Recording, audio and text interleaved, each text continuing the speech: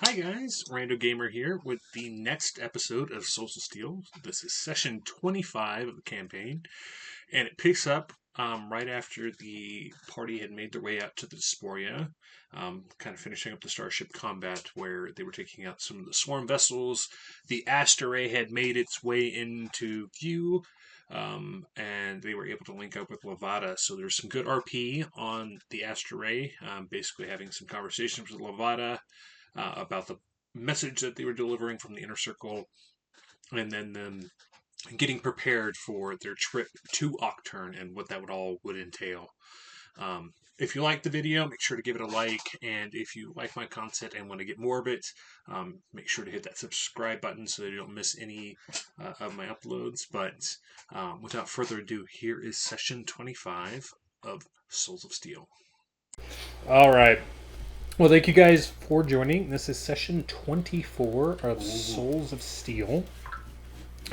In our last session, I don't have as well of notes as I would have liked since the recording did not pick up any of the extra dialogue. But what I've got in here is there was a brief bit of dialogue between John and T. The gist of what I remember, it was T, or John basically asking T about the upcoming conversation with Lavada and how that might go with it being a previous lover or not lover or of that sort. I don't remember exactly how it panned out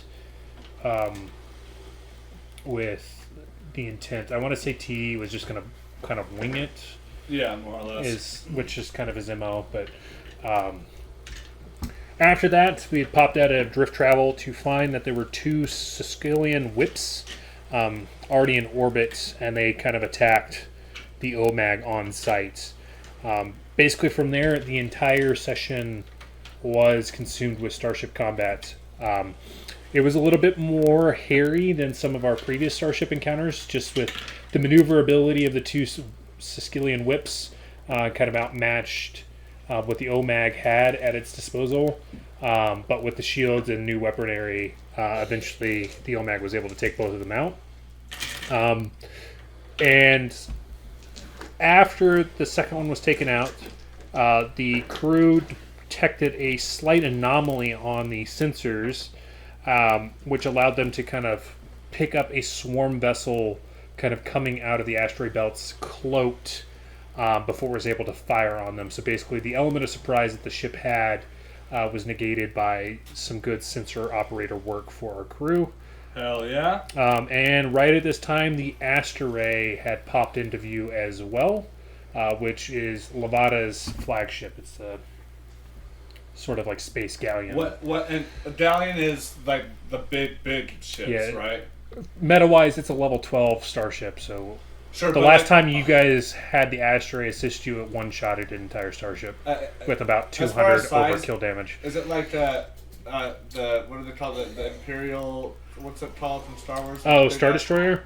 Star Destroyer. I think that's probably comparative. The sizing for ships is a little hairy for Starfinder. Okay, well, just for the theater of mind, then. Yeah, it doesn't have to be mechanical. As far as like, it would compared be to our ship. You would flip about. Oh, like size. in real life, you'd flip size. So their ship would be about the size of the OMAC in comparison with your guys's. So about double the size. About double the size. Okay, cool. So does this thing represent what it actually looks like, or is this just like a mini? Yeah, it's just a mini. Okay. Let me see if I might have an image of. I did at one point. As far as recap goes, towards the end of Starship combat, T inadvertently went into Karen form. Oh, that's right. Yeah. Oh yes, and had some trauma response from some of the crew that just didn't act because of it. That's right. I remember.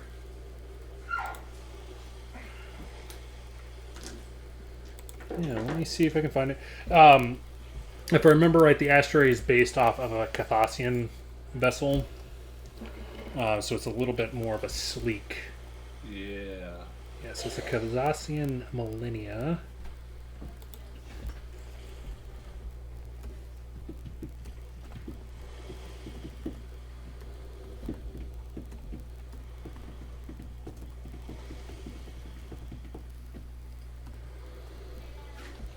There's a way to get into the chat without joining the chat. Yeah, so you would just go in and chat. Oh, perfect. I'm going to be sending pictures in the Discord chat for updated map stuff. If you guys want to be able to see. Yes, that helped a lot last session, so I appreciate it. Uh-huh.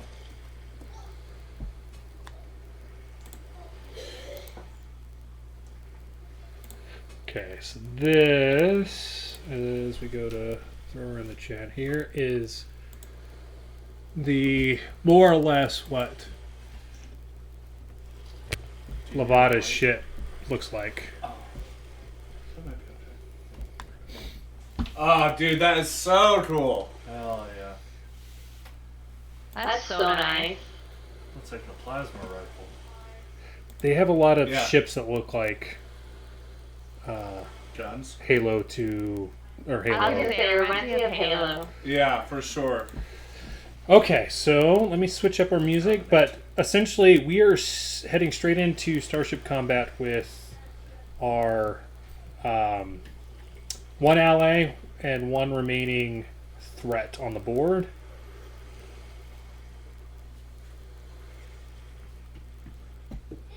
Space battle there. And the threat is just over there hiding in something Yeah, else. kind of like off the corner of the This is not sending.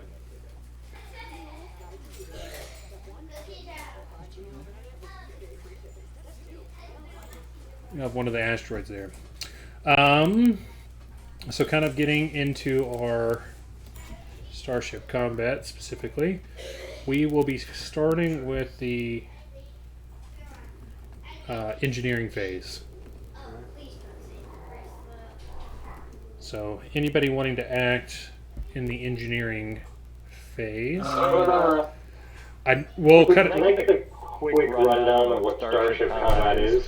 Okay, so it's kind of like an You you guys are kind of working as a team on the ship, so each of you usually fills a role. T is filling in the captain role. Raya usually fills in the engineer role. And then John is currently a gunner. Yeah, I usually am the gunner, but I can do other stuff like pilot potentially. We've been having one of your guys' NPCs piloting currently. And then you have a science officer as an option, as well as a couple other ones like magic officer and whatnot. The only ones that can only have one person deep is captain and pilot. All the other positions can have multiple people in them. The gunner is only going to be limited by what arc. So each weapon is delineated into specific sectors. So you have a forward, a starboard, a port, and a aft. So they're kind of with different weapons. You guys currently don't have any turrets installed, so like you're based off of like arcs that angle Whatever off direction we're looking at. the ship, essentially. So our positioning is very important in Starship combat, but Typically, how we operate is we'll have at least two gunners. John usually fills one, and then someone else will usually fill in one of the other slots. But you're welcome to fill in any position you feel like you would like. I know that's a very broad stroke overview to Starship combat, but I think it's one of those you learn better as we kind of work through the phases. Beautiful. Yeah. Alright, sounds good. I don't know if I'm particularly skilled at anything, so I would probably volunteer for weapon. Okay, so in the first phase here, it's engineering. So this is when engineers are able to act. I think there's one or two other crew positions that can act during engineering, but as far as like what you guys have selected, it's just engineering at the moment. You don't believe I that. was gonna say I could stick to engineering. Since that's what I've been. Perfect. Is there anything you would like to do? We should also keep Homeboy piloting still. Glarb? Yeah. Yep. That's who I had pulled up.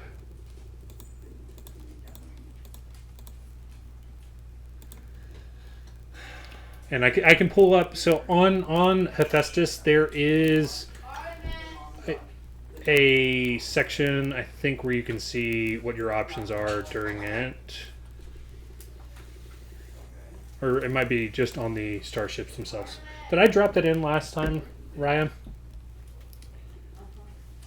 Because I think I dropped a link to the OMAG so you could pull up the ship stats. Yes. Okay, so if you look back up at the link on October 18th, that link goes to the OMAG starship, which is what your guys' starship is, and it'll give you some... If you go to the combat actions, you can see what your actions are for the position you're currently in. And we're level 6, right? Or are we level 5? Level 6.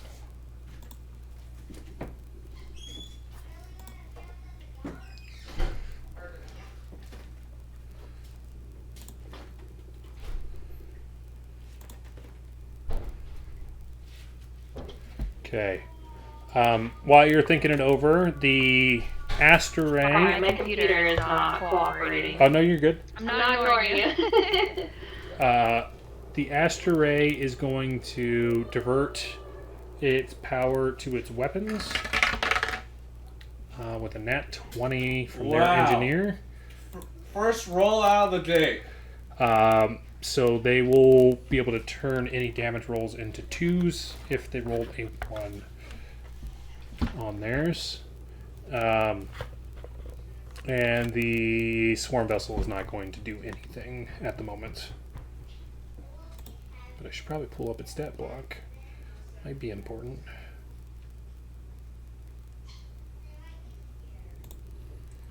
The swarm vessel is not going to act on engineering phase? No, currently no. Okay. But the Asteray did. Okay. I would like to taunt. Taunt? Okay. I want to go over the comms, and through means of intimidation, I'm going to, still in Karen form. You may as well just continue hiding, because you will perish! Perfect. Go ahead and give me that intimidation roll. Let me make sure. Intimidate. First roll. Oh my god. That's a 29. I'm pretty sure that's well above what was required. Right? 15 plus the- 1.5 their starship tier. Okay, their starship tier is 5, so it's Round 7. down or round up. Yeah, so it'd be plus 7, so So Oh, 22. Well, Yeah. you beat it with. Okay, with some so despair. they have -2. Let's see.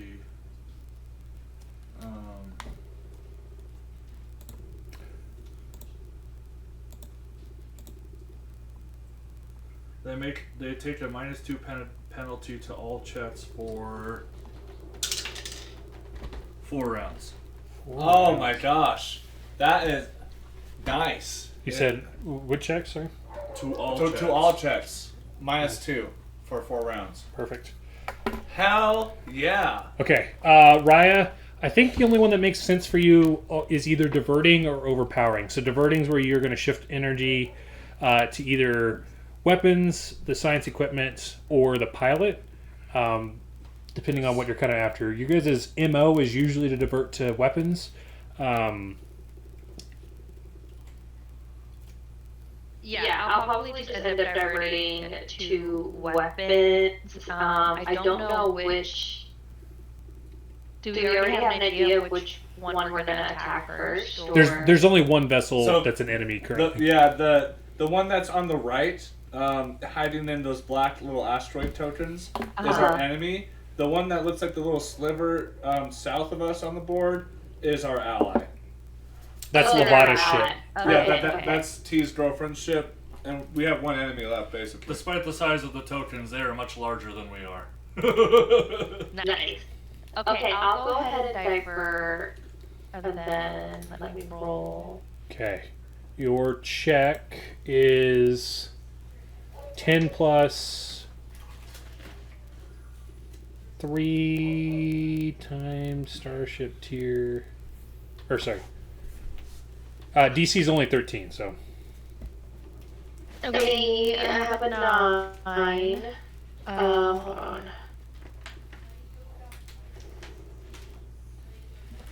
I was going to say, you've got the Starship sheet. Yeah. Because you guys do have some damage currently. Yeah, we're 116 out of 150. Yeah. Yeah, we were. I would say your guys' shields are fully recharged before the fight with this ship. Because you guys have the recharging shields. Okay. So you could mark that those are full. Okay. Which would be... I have 9 on the aft and 7 for everything else. Okay. Oh, you guys might have already been full health on shield. Oh, not the aft, I mean the forward. What's on our forward? Is that our flak thrower? It should be on there, but... I think your forward's your laser cutter. Yeah! Actually, I think you have 2 forward. Let me look. That's what I thought. Yeah. How do I see that? I don't... I have a light explosion injector and a heavy solar cannon, according that's to right. the online. Yep. So you have a melee and a range. Oh, yeah. We should definitely have Elite use the laser, for sure. So I got a 9. I don't think I passed the check. I don't. Is that a 9 with your modifiers? Which modifier do I add? I'm sorry, I forgot. Your engineering. Oh, in that case, I have a 22. Nice. Yeah. Okay. Yeah, that's a pass. So for your guys' weapons, when we get to the weapon phase, you guys will be able to convert any 1 on your damage dice to 2s. Did they beat us in initiative? That's in the helm phase, so we're just getting into that phase right now. Oh, okay. So minimum we're dealing 2, but the maximum we can deal is 2 because of the thing they did, right? The what? Oh, or didn't the Asteray do something? They did the same thing you guys did. So both of you guys, when you go roll damage, you cannot roll 1s. I see. Any 1s will be 2s. Gotcha. Oh, I misunderstood. So it could be negated. So like if you roll max on the dice, so like if it says 46 and you roll all 6s, that benefit doesn't matter. But if you rolled any 1s in that mix, I see. yeah. I thought it was a defensive thing from the other ship. No. Oh, my bad. All right, that will bring us to the helm phase. So we'll do our piloting checks first. Yes. So Glarb is going to do his with his solid plus 14. Plus 14. Jesus. That's a 21 for him. Nice.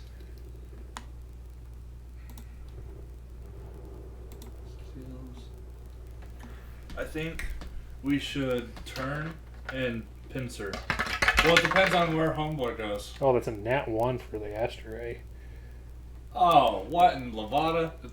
They're still at 11, but like Honestly, it's probably better that they go last there. piloting goes reverse. Oh, that's right. Yeah, you want to. Yeah, you want to. You want to roll good because You want to roll good. Just then you get to move last. Which is kind of backwards. It's last the best of all the game. Where? How do I get the ship stuff on here? okay. So I forget the how Asteray to- will move first because it rolled a nat 1. Technically, it rolled slightly higher, but with a nat 1, I guess I should look at how many blocks it can move or hexes. There's a little icon of Lavada comes up. It's like, we have got to stop meeting like this.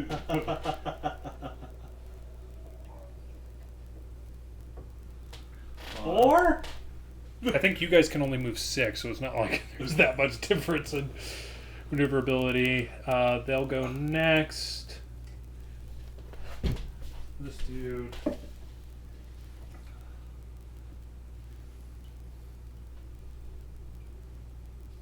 It's hard to see on that Yeah. one. Yeah. Oh, Jesus. Okay, mister. So we'll come in there. So then you guys will finish off how you want to move. The OMAG.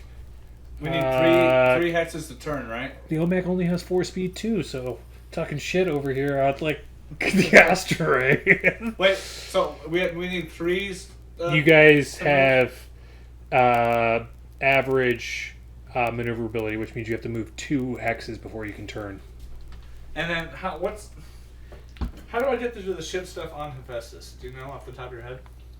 That link in the chat Oh, it's a different link. Oh, okay. is the OMAG sheet. If you'd like to be able to pull up and just use this stuff on the what's with Bob there.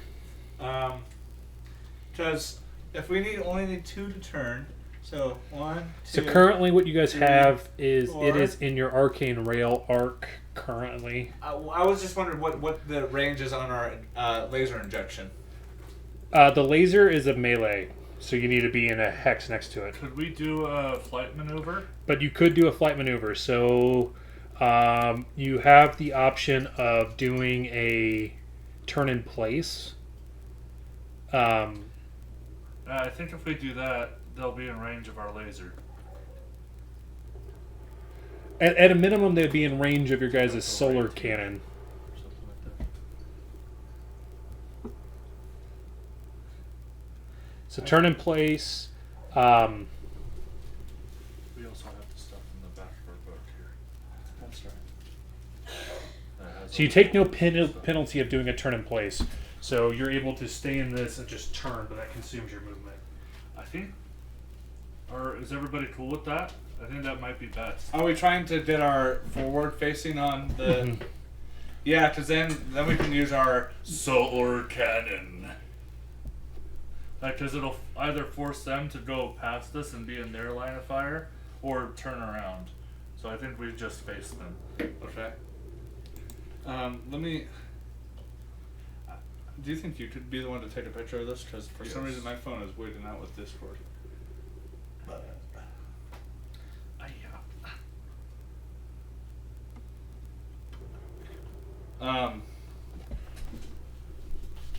Because we have on our, what side is that? That's our port side. On our port side we have. We could do our arcane rail. Yeah, we could just use our arcane rail. Yeah. So 1d4 damage. Yeah, but if you guys turn, you could get your solar cannon, which does 3d8. Yeah, it's a killer.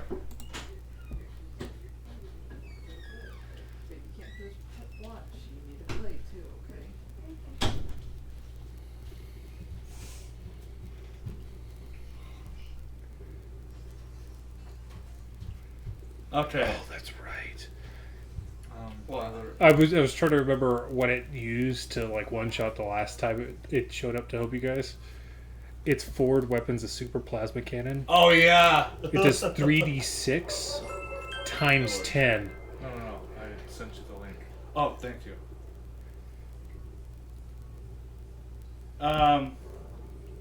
I think we ought to go for the maneuver then and blast these guys into oblivion. Try to end this.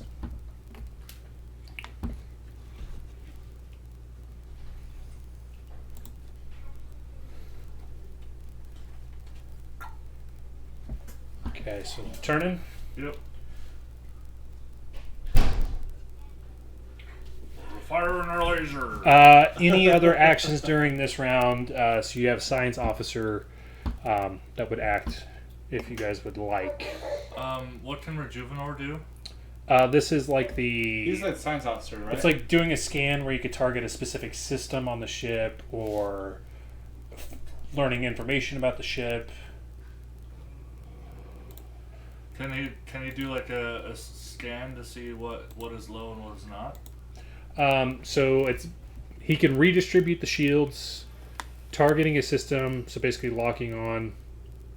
Let's have him target system. Okay. What system are you specifically trying to target? Remind me of the options. So you've got... So it's... Basically, this is if you crit, it does critical damage specifically to that system. So you have life support, engines, weapons, or... what's the other? Low information about Starship expansion. Or life support. Life Would it support tell us, like, sensors. what's on there? Well, specifically, this is targeting to, if you guys crit, it causes that to be damaged. Let's have You it. could also do a scan where you learn about it, depending on how well he rolls.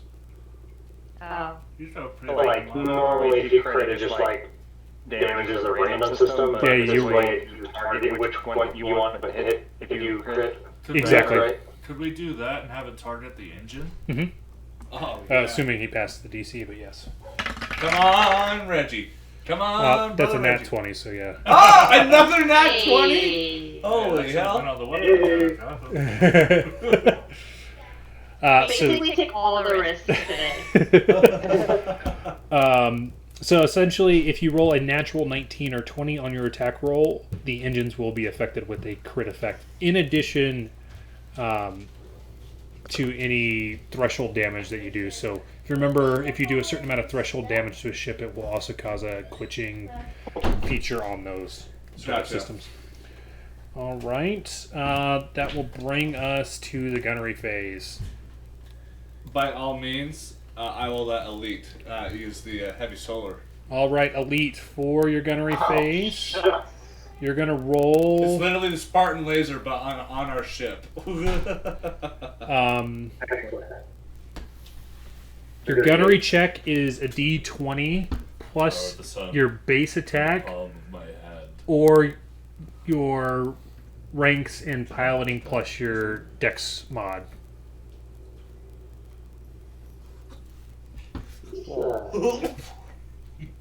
You know, if on the FS today, automatically like add your dex and the bonus to the skill rank, or is that just?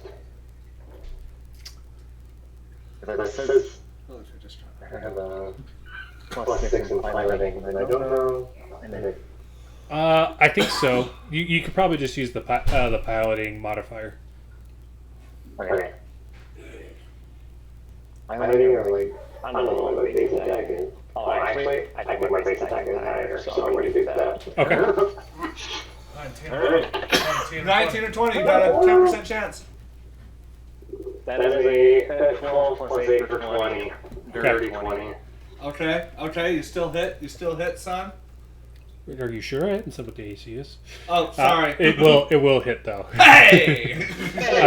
Go ahead and roll me damage. And you can re-roll once, No, right? no. Can't roll lower than If you roll any ones on the dice, you get to turn those to twos. Oh, my bad. Okay. Your Well, technically, I was not wrong. your heavy solar cannon is 3d8. So go ahead and roll me that 3d8. Okay. And ones or twos? Oh, I rolled a 1. 2? That's 19 total. Oh, nice. Ooh! You'll see a pretty solid amount of damage on its forward shields. It doesn't look like it's broken down the shields yet, but a pretty good opening strike. Can we just barely skim their engine and it's not necessarily a straight direct hit? Yeah, kind of like how the image depict or Sure. the mini. It's got like the engines above, so it like Okay. scrapes the shield across that, but it wasn't enough to like bypass the shield. Yeah. That will bring us. Asteray is going to use its heavy laser cannon. Pretty from good. that far away. Good God. Yeah, it's 10 hexes, Hey. so it should be. You want to? There's rulers that they make for hexes. Did you know that? It's like a silicone see-through. It looks like it's just barely within range. Even if it was just slightly out of, if you guys remember with Starfinder, there isn't necessarily a cap on range. You just start taking negative modifiers. So, Right. So you're just gonna go for so it. unless there's a special that says it can't go further than that. For theirs, they rolled a 28, so that will hit. And theirs does 48. 48? Mm-hmm. Oh, he's toast.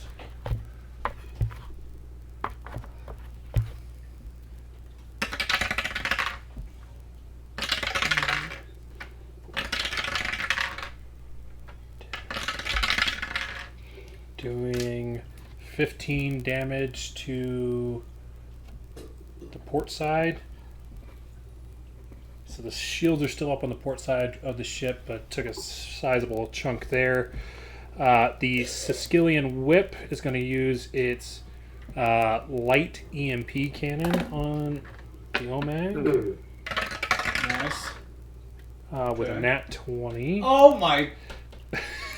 Are your dice loaded tonight, Mr. Dude, these are the nice sparkly ones. Yeah. Are they new? Because that's suspicious. No, these are the ones I showed you before that Anastasia got me for, I think, Father's Day. Yeah, can I cast a power spell for my drink? So with the EMP, you guys are just going to have a system glitching. So let me roll the... Ridiculous. So your guys is... Engines are currently glitching. Hiya! Is that an engineer thing that can be fixed? Okay. Yep.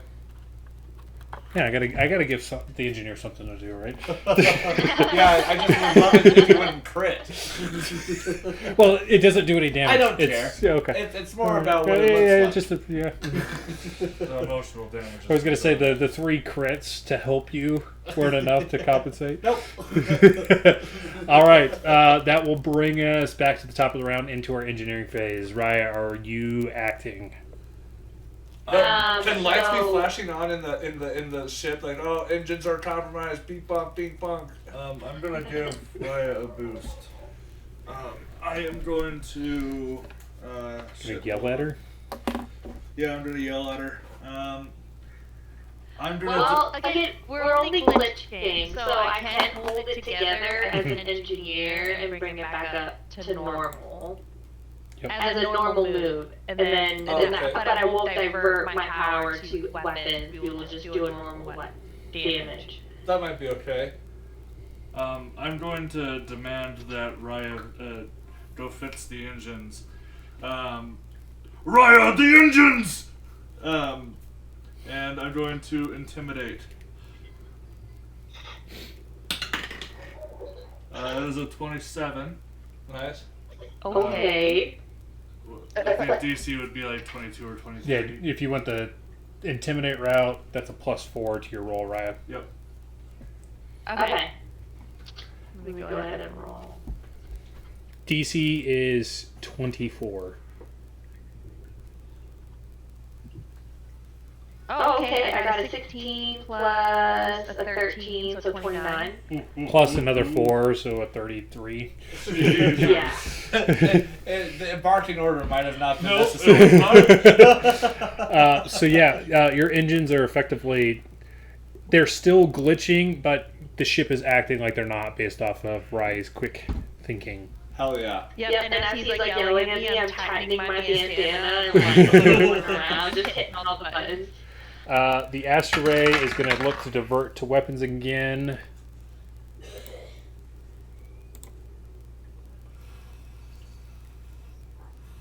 They rolled a 22. What do they need?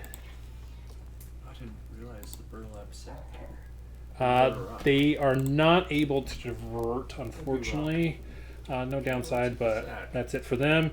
That'll bring us to the That's not a sack. helm phase. So for you guys, Glarb rolled a 29. Nice. Don't worry about it. The Asteray rolled a 14. And the Sicilian Whip rolled a... It's a bad. rolled a 22. So you guys... Same order as last turn as far as movement goes.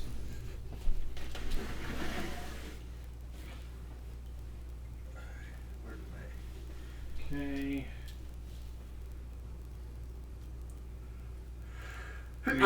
Yeah, let's see what you got there, little Peabody. Man, they just turn on straight on a dime. Okay, so they're lined up there. And then you guys have 4 hexes you can move.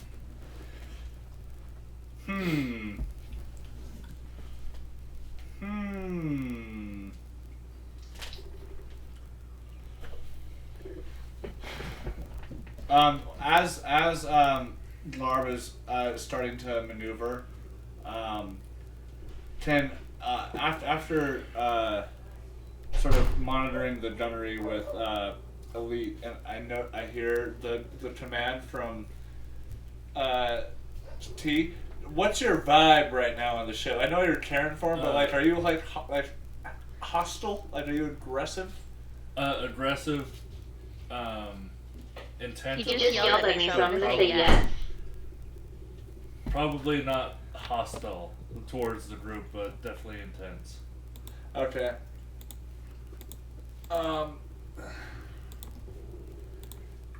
Does the pilot? We can make a maneuver here.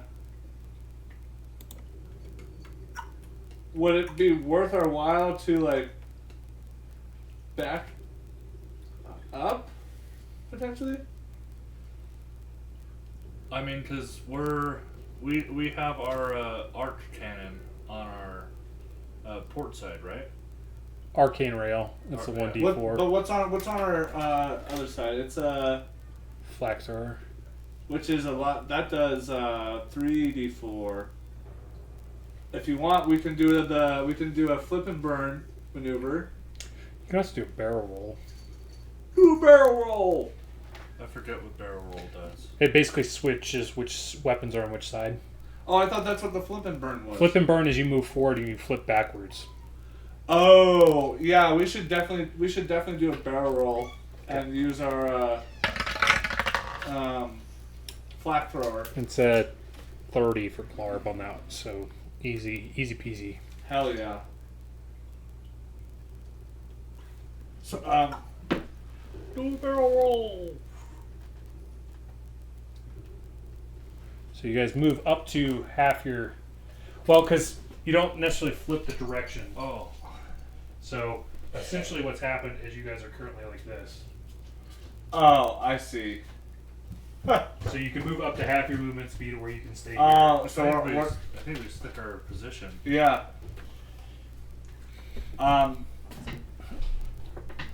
Can our So effectively, your mid barrel roll is when you're going to fire, yeah. and then you'll be flipped back up at the at the next end. round. Yeah. Hell yeah.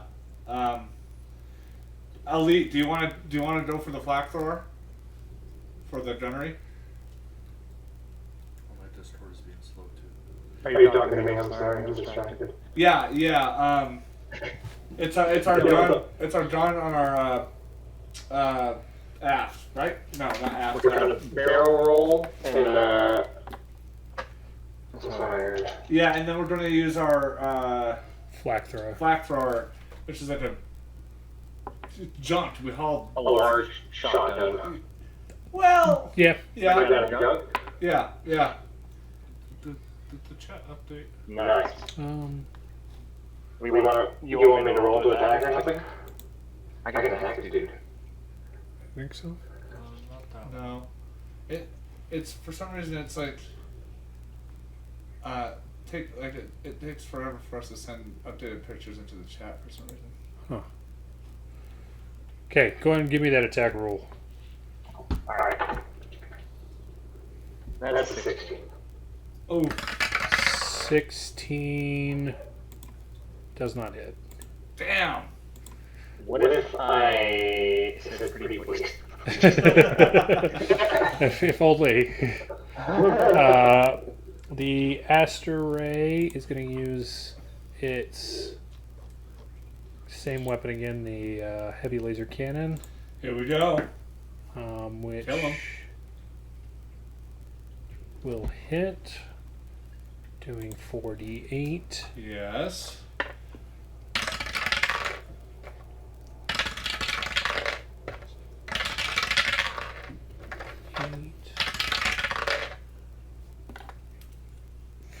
Which will do 14 to its forward shields. Can we have like our barrel roll and then they shoot directly as we're flipping over? Oh, so, yeah. So like we dodge it. Yeah. Cool. You're going to see the forward shields go down as this shot lands on the front part of the ship, as it takes some decent damage to the forward part of it. So basically taking some hull damage because Hell its forward yeah. shields are out. Hell yeah. All right. That will bring us back to the engineering phase. And you guys have righted yourselves. Honestly, I think, yeah, go for it. I was gonna say, since we're good right now, maybe just divert it again then. Yeah, I think that's a good call.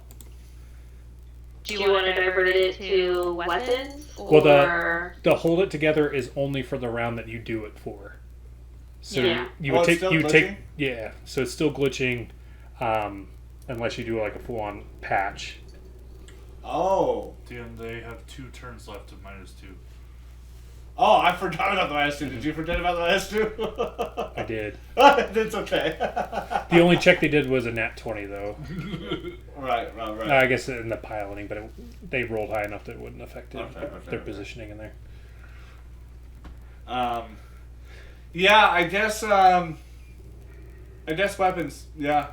Oh no! You wanted the glitch. It depends on what. So like glitching, the status effect of glitching. Sorry.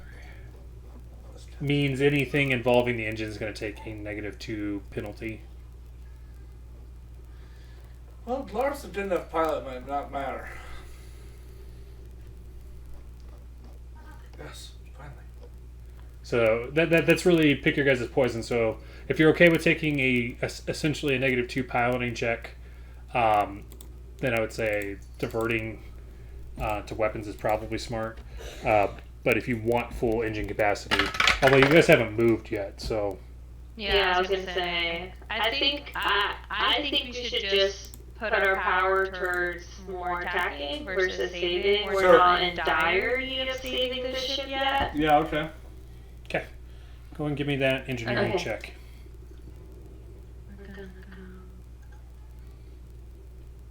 29. Oh, easy. Oh, yeah. All right, so no ones on your damage rolls. Cool. All right, that will bring us into the piloting phase. Glarb rolling a nat 20 Oh my lord! For- Gee, what's for a happening 34. today? Damn. Man, I really like this set of dice. The Asteray rolling a 28. And the Siscolian Whip rolling a 10. So the Whip will move first. Here. This way. Opportunity of attack, please. I told her that was a real thing. I'm just kidding. The Asteray, seeing how this has positioned itself, is going to do a turn of place. Okay. And then your guys's. I am going to do an order Okay. towards the gunners. I'll take up a resolve point for it. Let's see. So I have to. Lucky. So for the order, I have to make a check of that specific roll for our ship is 6. Uh-huh. So our the DC will be 23. Okay. But if I succeed, the gunners will get an additional thing for their action. Oh, nice. An additional what? An additional action. Oh, so okay. So which one was this? Orders? Yep.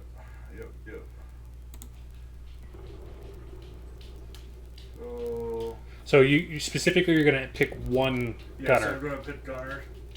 Well, if you guys, I guess the reason why I'm clarifying is if you position yourselves so that both John and Elite get to attack, you need to specify which one is getting the double action. I guess I'll point it towards John. I'm not sure what Elite's attack is. Well, I have an idea for movement here in a second, so that can still work potentially. Okay, I'll Oh, put it on John. Flip and burn. Yeah, that way we can use our aft and our forward. Okay. Yeah, I forget the modifier for gunner. That goes off of your attack modifier, right? Yes. Yes, it's, gunner is, Sorry. hold on. It's, gunner's right there.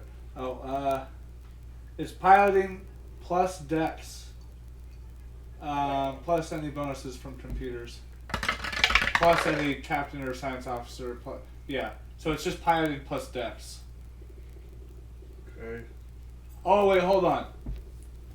It's D20 plus gunner's base attack or ranks in piloting plus dex. Yes. Number is the same for me. Okay.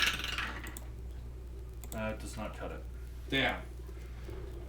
I still think we should flip and burn and use our aft and our forward. Right? Yeah. Well, flip and burn is you're essentially changing where your arc is. So you don't attack mid movement. So essentially you would have your forward gun on them if you did a flip and burn. So can we shoot our ass out, flip and burn, shoot with our? You can't. You can only be able Gunnery to do phases that after in my movement. orders. Ah, that's right. That's I forgot. There is the one that'll let you attack at the same time as the flyby. Well, Do we just pivot again? yeah, we just pivoted again. I guess. Turn in place, I think is what it was called. Yeah, you could do turn in place or flip and burn. It really depends on. Flip and burn means you're going to move forward 2 hexes and then flip, or you can just turn in place. I think we just turned to stay close. And then we can move reduce move. So if you turn in place, you don't move at all. Oh, okay. Flip and burn requires a piloting check, and you have to move forward. So if you fail the piloting check, you just move forward. I understand. Okay, well, if you guys are okay with turning in place so we can just blast their ass with the heavy solar cannon again. Yeah. I'm down for that. Alright. Turn in place it is. Perfect. Yeah. Okay, that will bring us to gunnery phase. Who's taking the honors? I feel like I'm always on the gunnery, so I'll just be like that the AI assist Okay. with Elite manning Perfect. the guns. Elite really likes guns, so. Alright, we're doing the cannon again? Yeah. Yes, press the button, and you can see That's what I'm it's one of talking about. yeah. The helpful tooltip shows up in the AI. Yeah, From yeah. John. And it has like just the mouth moving up and down. It's like, hey. Yeah. I rolled a 17. 17 to hit does not. 17 plus your base attack? But what did you roll? A 9? Oh, dude! All right. I should have intimidated him.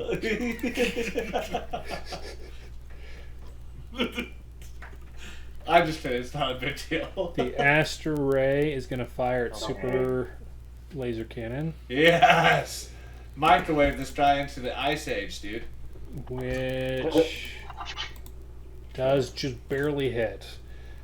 Which will do. Exactly, we let Mickey defeat the boss. Just have the big shit through the boss. 7, 130 damage. Oh! Like a puff of smoke, there's a puff of smoke shape of the ship that used to be there that no longer is. Since combat technically happens at the same exact time, before it dies with about 80 overkill damage, it's going to try to use its torpedo launcher on you guys. Oh, please. You're out the door, sir. Which... You don't have to go home, but you can't stay here. 18... Yeah, it's not an nat 20, yeah. Which is an 18, which will hit your guys' forward shields, doing...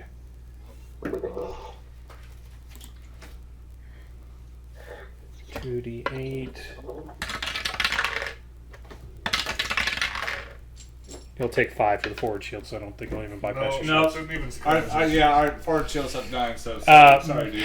Meanwhile, Anyway, it's kind of similar to like the Spartan laser, where it like charges up and just shoots straight through and obliterates the back of the ship as we end our starship combat. Wow. Yay! Which is more or less how it happened last time. Asteray just had more issues with getting it lined up this round. Like, I also like to think, like, once our ship docks to theirs, I like to think of, like, you know how, like, the male anglerfish are, like, small and tiny, and they, like, basically, when they find a female, the ones that are the actual scary things with the light, they, like, fuse their bodies to the female, and eventually their whole body becomes a sexual organ for the female to self-reproduce. Oh, nice. Sorry. I was going to say, we went in full graphic detail there. John, no more Discovery Channel. This is going to be my highlight at the end. In this conversation.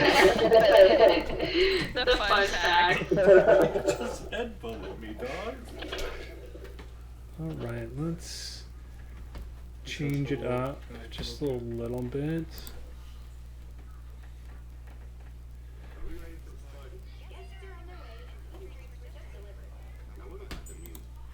Okay, there we go. Alright, as this final swarm ship is taken out, you'll see the Asteray kind of come up in range of being able to dock with you guys, or more accurately, you guys dock with it. Yeah, much like a male angler. I'm just kidding. Lavada will pull up like the comms so that you guys can talk. I was wondering when you lot would be back out this way. Thanks for cleaning up some of the garbage. They've been really clogging up the trade routes through the Disporia of late, and it's really starting to irritate me. Why don't you guys come over and we can have this conversation over drinks and a meal? Are you still hulked out? You see T just kind of taking a couple deep breaths. It's like you see jagged chunks of skin just retract, and it looks pretty painful, but after a short moment, he regains his composure. You talking like judo spikes type stuff? Or Sure. more insect? It doesn't matter. I think that would be just fine. Oh yeah, it looks like you might need some relaxation, T. You were looking a little tense there. I was focused, as a captain should.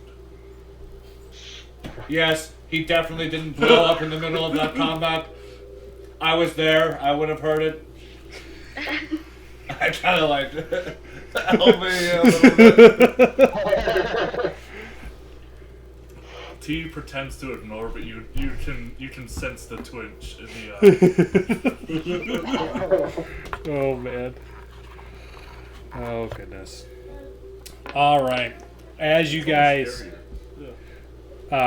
make your way over to the ship, you'll be escorted to the conference room that you guys had met with her last time, and you'll kind of have a pretty solid Carthassian meal set up for you. So there's some Carthassian whiskey, which is a neon red liquor that has kind of a cardamom sort of spice flavoring to it. Oh, okay.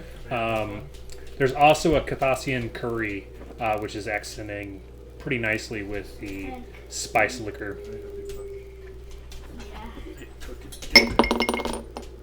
Uh-oh. There's no drink left. Oh. You're gonna have to look. Oh, I think she's gonna go get ready for bed. I think she's lying Why down. don't you just go chill with William, okay? What's the inside of the ship look like? Is it something like the Frontier, whatever the ship is called, and like Oh, the sleekness? next generation. Yeah, is it like that kind of vibe? It's very sleek. Not quite exactly like white, aesthetic. It's more. If you were looking at like the epitome of like showing off how rich you are version of like the Enterprise, that's so like the halls have like nice like velvet carpet look, and it's decked out with like jewels and stuff throughout it. So like you can tell that like they're successful. The looting has led to it having a nicer look to it. Okay.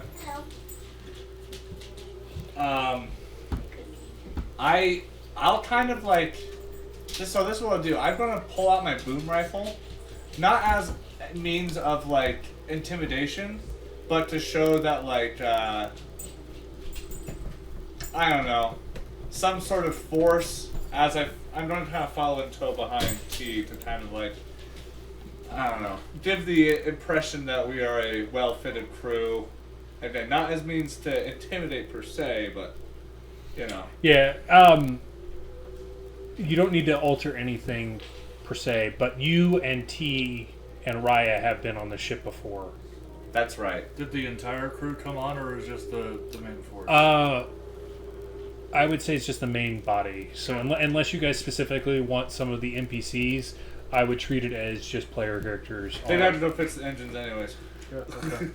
If anything, while it's probably safe here since it's a free captainship, specifically Rejuvenor and the other part of the Conquistador crew have kind of said that they're going to lay low for the foreseeable future to kind of stay out of the ire of the black market, because that's right, because they more or less took the journal back and ran into another crew that was hired by the black market to get it. So they don't want it known that you guys basically double cross the black market. And yeah, we don't need that.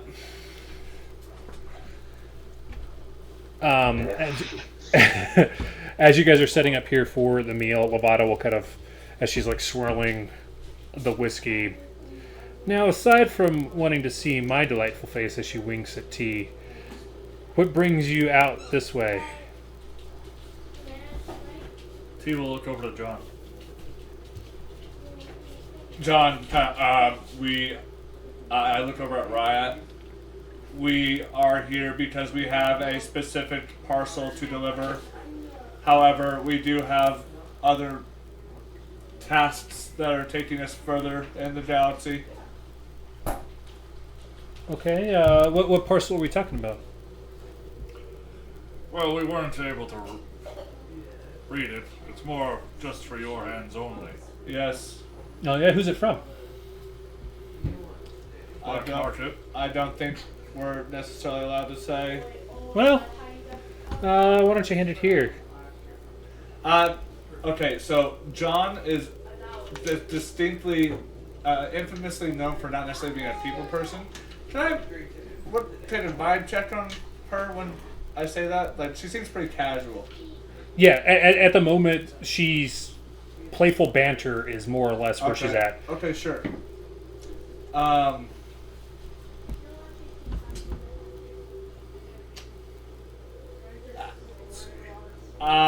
Who has the parcel? I think it was either you or Raya had it. I think you kept it, because didn't you put it into, like, in your body or something like that? Oh, yeah, the chest cavity. Oh, yeah, the chest, yes! I'll sort of... You'll hear a series of padlock, like, ticks of a thing scrolling back and forth, and my chest cavity will open up slightly. This, I don't remember how big it is. It's like some hand size, right? Yeah, it's like a cube that fits in your hand.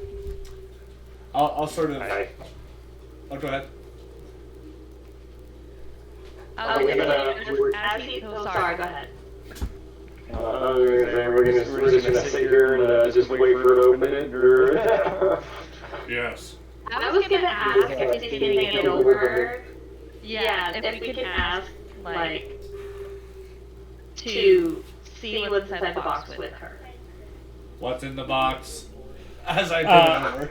Well, I mean, it would have been easier to tell before if you knew who it was from, but looking at the cube here, it looks like it's probably an inner circle message. Why don't we see what they have to say? You'll see her kind of give a retinal scan and then a fingerprint scan. At the same time, you guys will get a notification in your joint account that the credits dropped. 10,000 credits have now been deposited into your account. Nice. As the device illuminates a hologram that starts with a symbol that you haven't seen before. It's a golden sword in the center, and in the middle of kind of like a half shield. So it kind of looks like a golden eye and a red, like reverse, or a red C with how it kind of constructs, but it's a sword and shield that looks like an eye and a C. Okay. As you guys are kind of like looking at it, Lavada will kind of like lean over and whisper to T. The inner circles started using this symbol as their new way to delineate that it's strictly inner circle business from the standard PWC fare. That's why I joined the Free Captains. Sounds like a bunch of bullshit to me. Oh man, they are a little presumptuous. Asher Vox will then appear. Lavada, my dear, it has been a pleasure working with you so far, and seems to have been lucrative for both our sakes. Is this the Solarian guy? Yes. The leader of the leader. ship. Yeah. The shipyards are mostly on schedule thanks to your kindness for lending this space on Aucturn. While the tax on using it is steep, we thank you nonetheless for your willingness to remain discreet about our operation. We expect that the Revengers will be meeting with you here soon to request your aid for the impending swarm fleet, and would ask that you receive them with open arms. While they have begun digging into matters they shouldn't, their desire to protect the solar system from the swarm threat is in line with our own desires. In fact, we are willing to offer 1 million credits per vessel you provide in this venture. While we believe that our fleet will be sufficiently large enough to handle the threat, the crews of these vessels will not have your experience in naval combat. If you are willing to assist with this venture, we would ask that you begin moving your vessels into position near Aucturn. If you find these terms amiable, please activate the button on the inner portion of this communication device. At this point, you'll see Lavada kind of pause, looking at you guys as she's kind of like playing with her blade. You get the impression that she's kind of waiting to hear what you guys have to say after hearing this transmission. Matters that...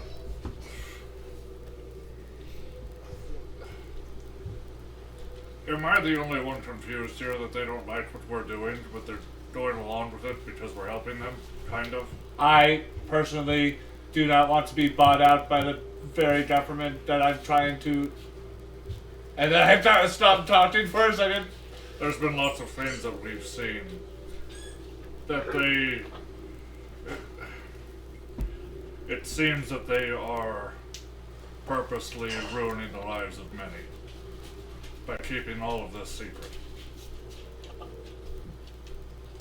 Well, T, if you were in their position to hoard a lot of money by keeping the public in the dark, don't pretend like you wouldn't do exactly the same. T pauses for a moment. John, I'll cross that bridge when we get to it, but I'm not in that position now, so I get to be this person. Oh, T, we both know how that would pan out. You gotta remember, these politicians like this, when they're doing shady business, it's only because they're turning a profit. And if you ask me, they're just pirates by another name. And I was about to say, that sounds worse than pirates. I would agree. At least we're honest about what we're doing. That said, our goals are aligned. Yes. And we have some intel about the swarm. That's currently what we're trying to deal with. Sorry, I missed just part of that. I was trying to figure out what they were Yes, about that. Yeah, that's what I was trying. I think Cookie was getting here. Our goals align at the moment with the PWC. We have intel about the swarm, and that's what we're currently trying to deal with. Well, it sounds like you guys are probably heading out to Aucturn either for the ship yards or getting prepped for combat with the impending fleet. We have some delegated tasks on Aucturn. But I'm going to be honest with you. The last time we went there, it sounds like a death trap if I'm going to be honest with you. Well, I mean, I was there, and Death Trap isn't inaccurate. But, I mean, the last time we were, and with all of this transpiring, I can only imagine it will be worse. I guess the real difference is it depends on how well they've fortified the shipyards. The reason why I was willing to lend out the space, I mean, we weren't really using it. We kind of got to claim it because of the fall of Conquistador battle, but none of us wanted to really use it for anything. So getting paid to use a spot that we don't want to use, it was an easy deal to make. Can I take a look, try to sniff out anything in the room that could be overhearing, or is there a way we could make this a more private conversation? Give me a perception check. DM, there's currently a bug on him right now. From me. Yeah. That happened, right? That Yes, definitely yes. It's a low roll, but I mean, that's still a 13. As you start scanning the room, you, aside from maybe other things on the ship, happened. That may have the ability to... yeah, like, it's a free captain vessel, so, like, discretion is kind of their MO. I see. So, like, the impression you get is it's already sort of the people in the room are the only ones really privy to the conversation. Other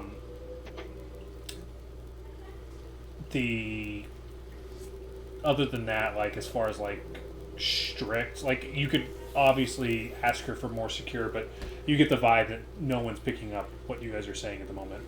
Okay, with that confidence in mind, T is gonna go off.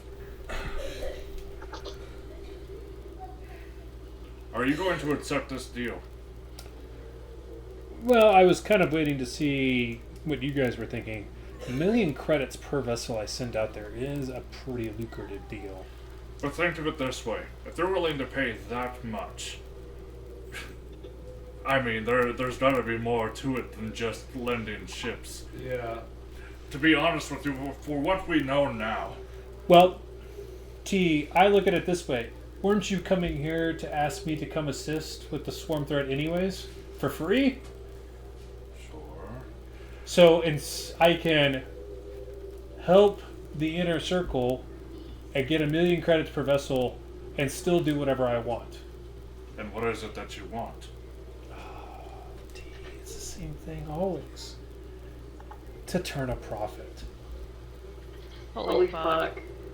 Damn. Pirates are gonna pirate. Hey, T. Don't pretend like you wouldn't double cross the inner circle at any chance you get. It's crossed almost all of our minds. And the way this contract is written, you heard it. There's no extra stipulations. As soon as I show up with ships for 1 million credits, it doesn't say I have to contractually have all my ships destroyed. If the fight turns sideways, all of my ships have drift engines. T will look at the rest of the group. John, with his robotic face, is kind of hard to read, but you get a sensation that he seems a little nervous, but is choosing not to speak in the moment. The way I look at it, Revengers, is if the swarm threat is as big of a deal as the inner circle has said, we're going to need to fight at some point or another or move on to an entire new galaxy. There's not really another option for the free captains. We run through the Disporia and the Pact Worlds. If there's no Pact Worlds, there's no money. So we either leave or we stand up to this threat.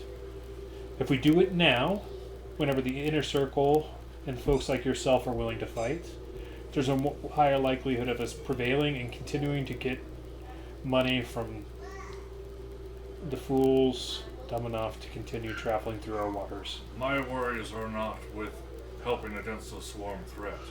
My worries are what happens once we conquer.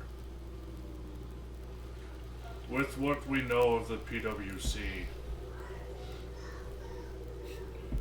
it's not about the threat that they have told us about. There are things that they are not, such as we have less than, 60 days before annihilation, almost.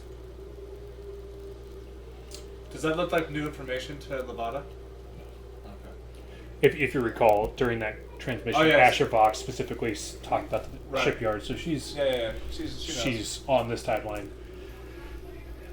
The way I look at it, T, is yes, the inner circle is shady,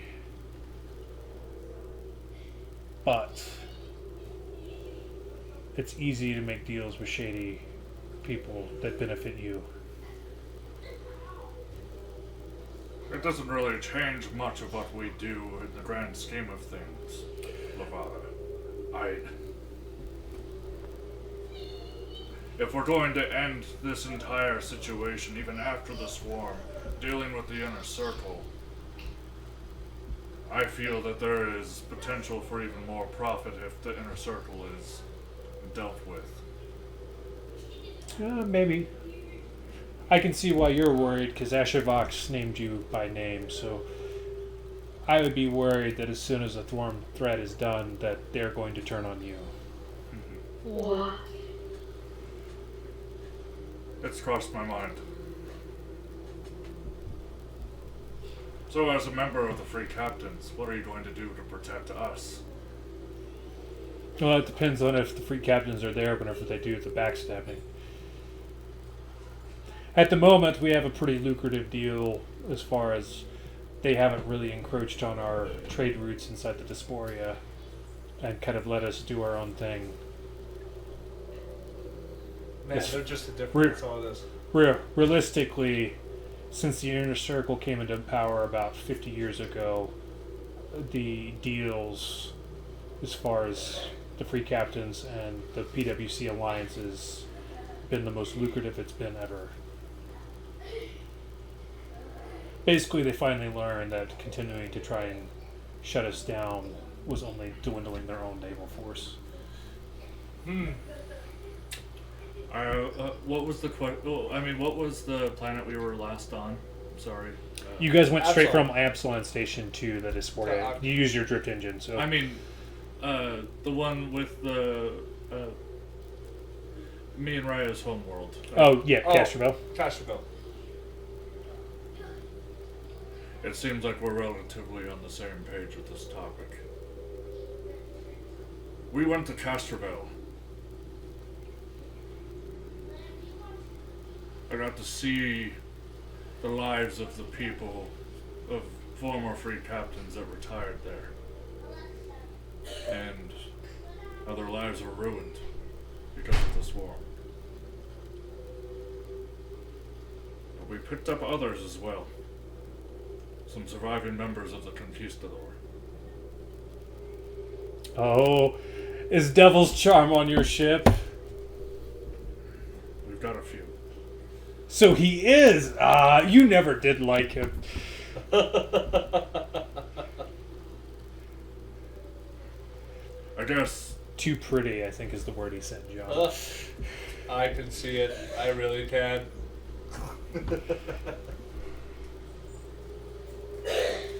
It's been plaguing my mind about what happened on that day. And before we leave your vessel, I want to have time to speak with you alone. Oh, I wondered whenever you were going to ask. You had mentioned dinner. Oh, this is currently at the dinner table. Oh, okay. Yeah, so it was a Carthassian curry with a whiskey. But it's like a cardamom sort of flavor whiskey going on. So it's kind of like that nice Indian spice sort of vibe going on. Cool. Well, it sounds like we all just need to continue doing exactly what it is we are doing, and just know that we're being watched always, because you can tell that John is feeling quite nervous that they are already way privy to everything that we've done, even if it's been kind of innocent mostly. Well, John, the way I look at it, take this as a nugget if you will, is when you're playing a card game, is you never really reveal what you have in your hand, and you're always looking for a better out. You play what you got until something better comes along. So don't be afraid to take that draw and get something new if it's on the table. You know, John's starting to feel a certain way about Lavada, in an unsure kind of way. I think traveling with T gave him an impression of like what free captains are like, and like maybe it's because he hasn't been serving for a while and he's just kind of been toned down. But like he's suddenly starting to realize like though she's confident and trustworthy, I just don't know if she's how. Anyways, so yeah, if you'd like, trustworthy. if you'd like more, I know that you're not great at it. I'll you try. you can give me an insight roll. I'll try. I'll try because John is he's or sense motive. oh. Sense motive or insight. I can't remember. There's one of them that doesn't exist. I think it's sense motive. Sense motive, I think, is what it Yeah, is. sense motive. Which is right. -1. 16. Which, well, Oh, nice. can I do it? I have a 4. Yeah, but anybody at this point, if you're wanting to kind of get a better vibe for Lavada, since for some of you it's your first time, others it's only your second, so like you haven't had a whole lot of interactions, you can go ahead and I think So I have a 17. you I can think roll my yours at biggest advantage. Struggle is that I'm trying to figure out if she's friend or foe. Like I don't know that we can actually trust because she's so easily like Persuaded. yeah. I will turn on anybody. Could I argue a smuggler's check because it's Oh, yeah, based yeah, off of our profession? Yeah, you could roll that. I got 16 for mine. Yeah. What you said yours was 17, Ryan? Yeah. Okay. Elite, were you rolling? Elite just likes her, actually. Yeah. He's Fucking like a true mercenary.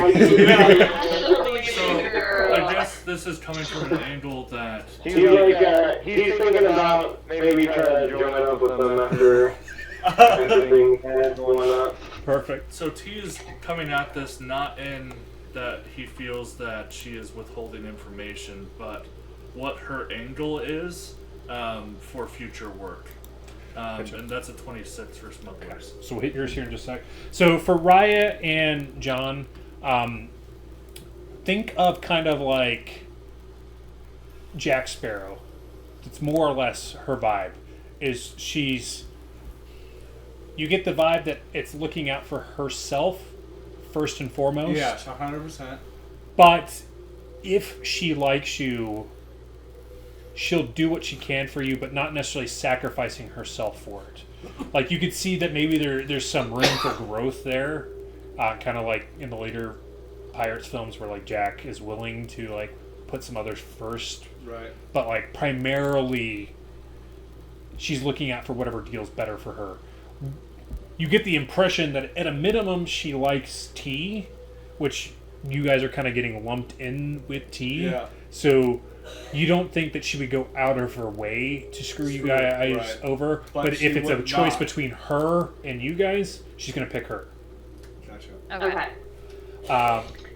For you, T, specifically because you're looking at like what her next move is, you're getting the vibe that unless you guys give a compelling reason, she's going to send a decent majority of the free captains out to Aucturn.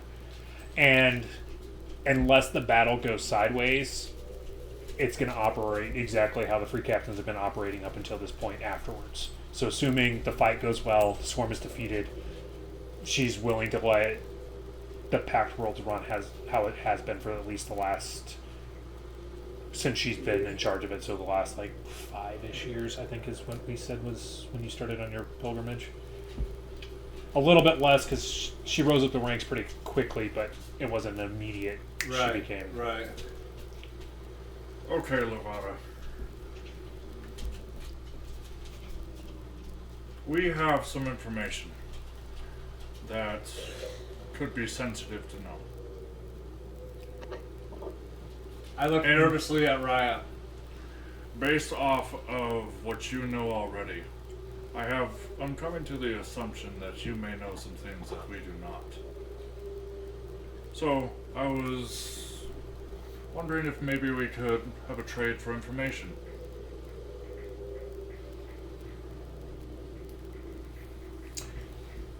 Well, it depends on what information you're bringing to the table, T.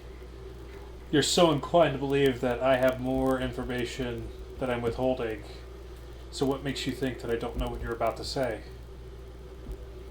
So you're not wrong. And you are technically my boss, right?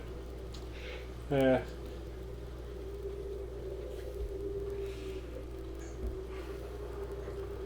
I want to posture the Revengers in a direction where we can end up on top.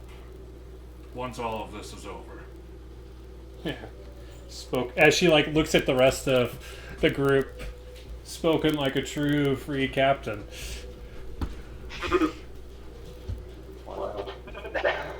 We are allied with the Free Captains, and I am a member, of course.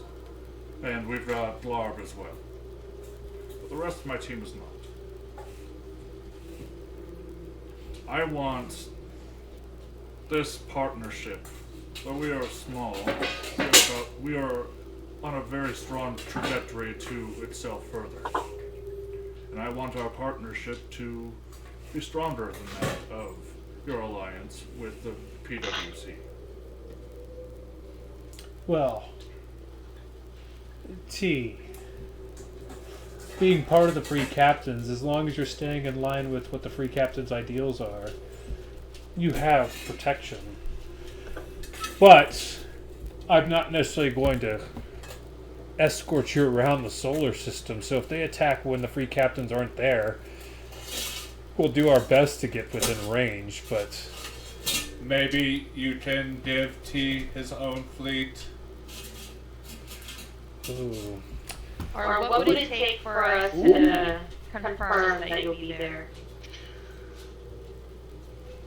Confirm. What I'm saying is we would if you He's sent trying out to help us. a distress signal, we'd be there as quickly as you can, but even with drift engines, that's could be several hours before we can arrive, depending on where you're located. I anticipate the Avengers playing a large role in this siege. Well, I mean, if you're there with the swarm fleets, you'd be with the Free Captains as far as like the Armada goes. I wouldn't assume you want to sit under Ronin steel during the assault of the swarm. Don't get me wrong, in a hand-to-hand combat you'll lose 9 times out of 10 to him, but he has no naval knowledge. If his 2 feet aren't at the ground, he doesn't know up from down.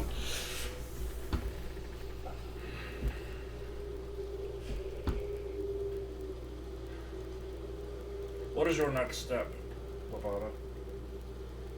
After this siege, what is the Free Captain's next move?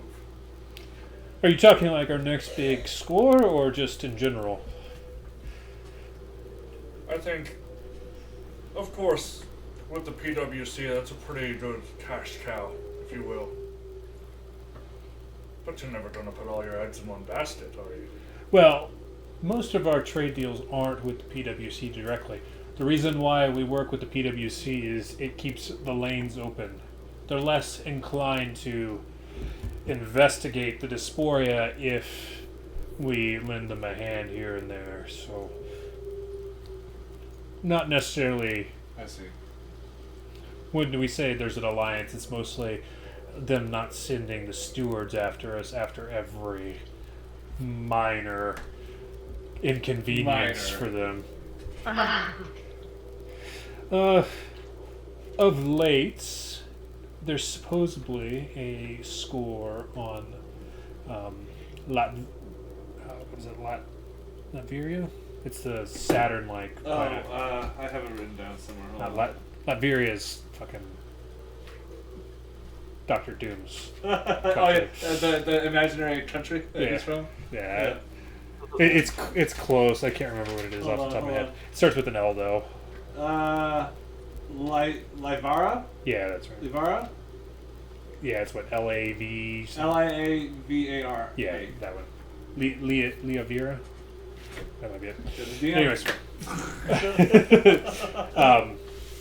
They say if you can get vessels deep enough into the gaseous atmosphere there is a pretty lucrative deposit of radium, which has become a more unique power source that they're trying to experimental. So selling that on the black market would be pretty lucrative if we can get down there. We're currently testing a few different vehicle types to get through the gaseous rains.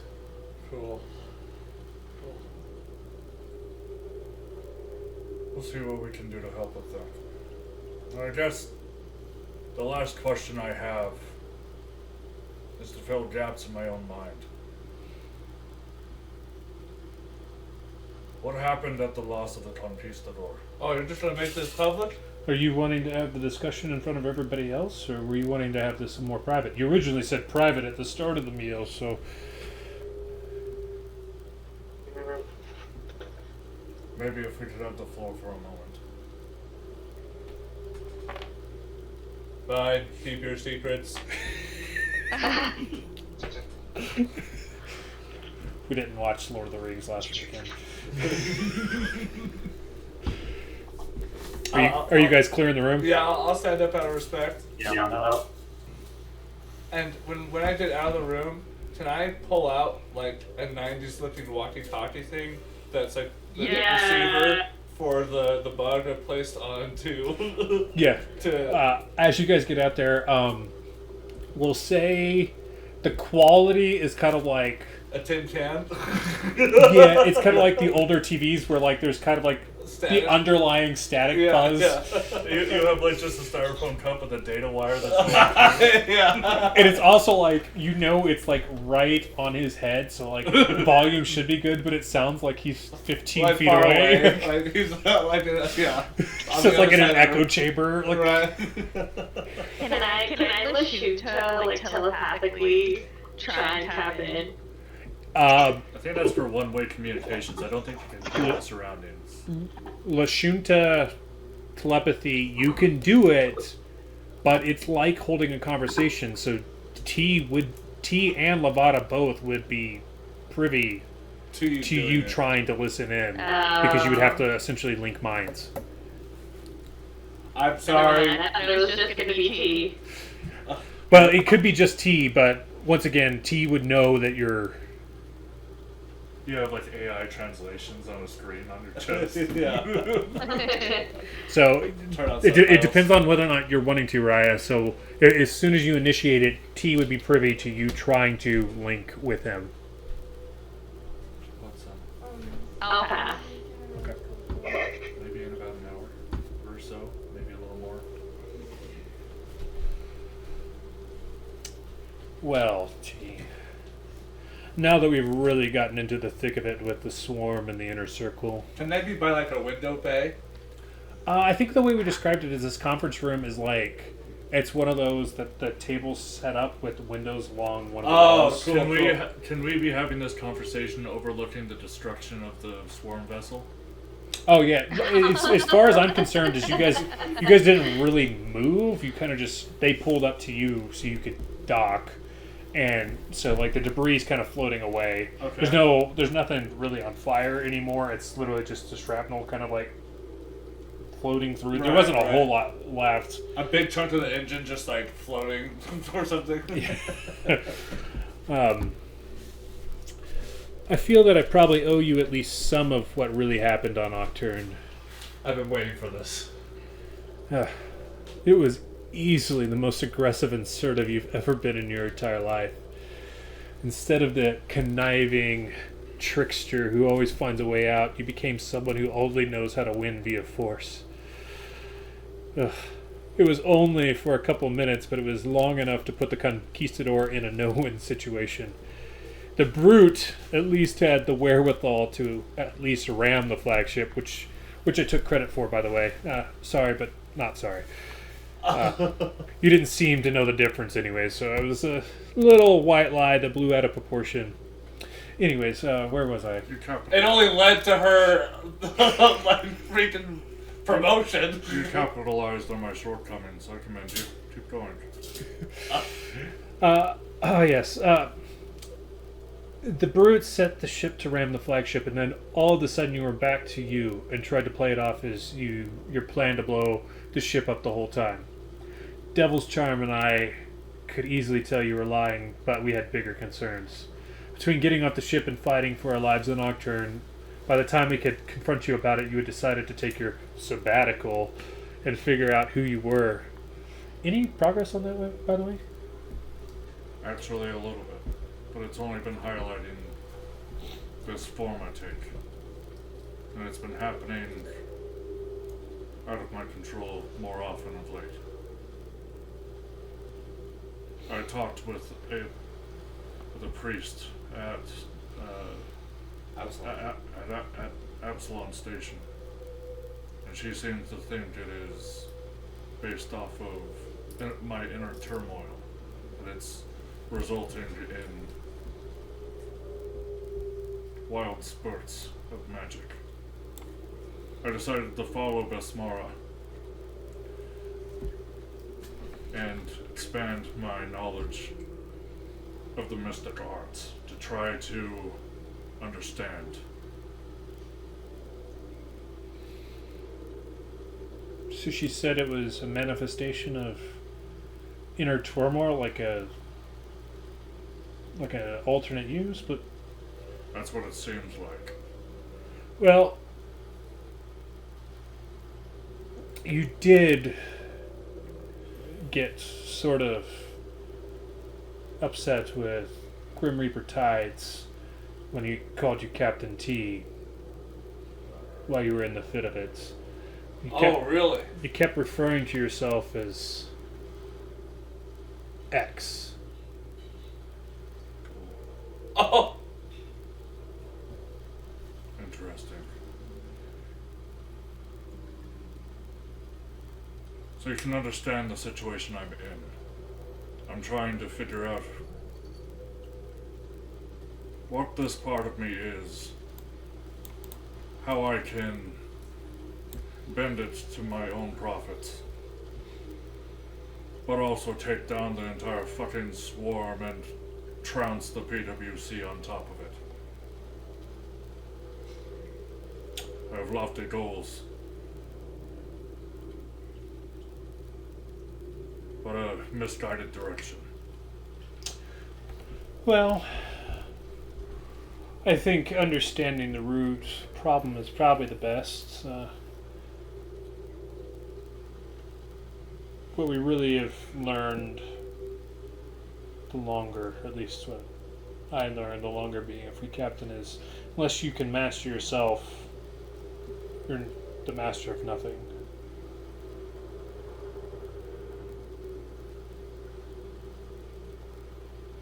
But you can combine the brute strength with your conniving methods. Professor It would Hulk. be one tough cookie to crack.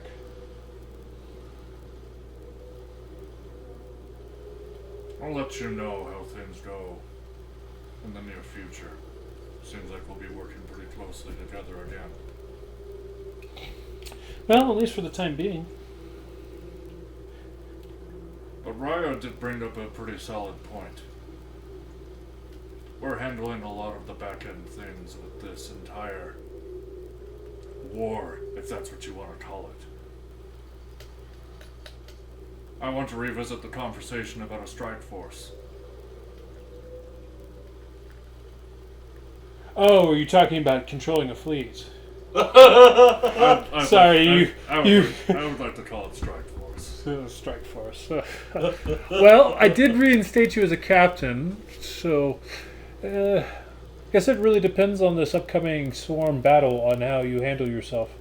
Maybe we.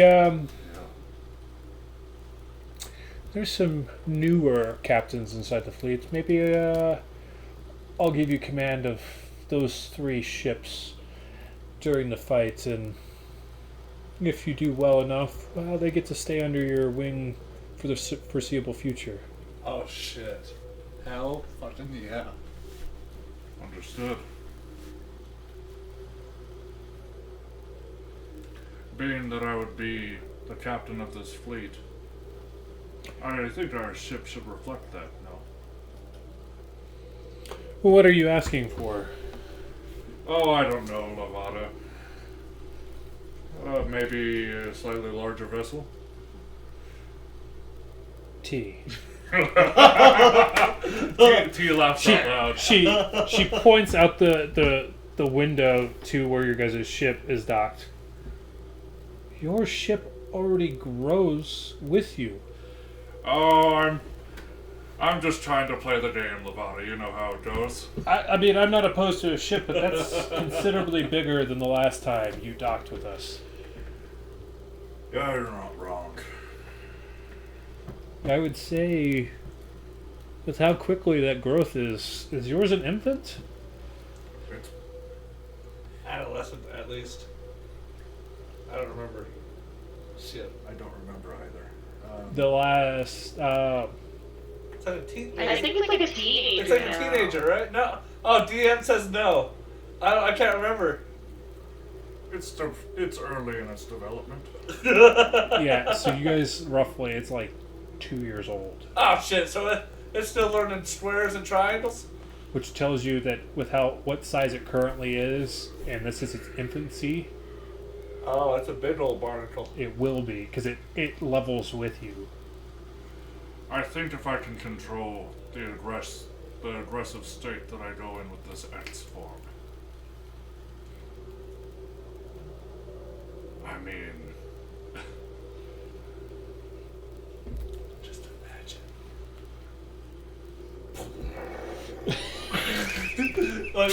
Just like explosions. You see explosions in his eyes. Yeah. Lavada just sees like a more intense glare at the debris.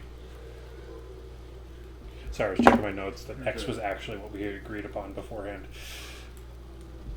It's ages ago since we had that discussion. I think it's February.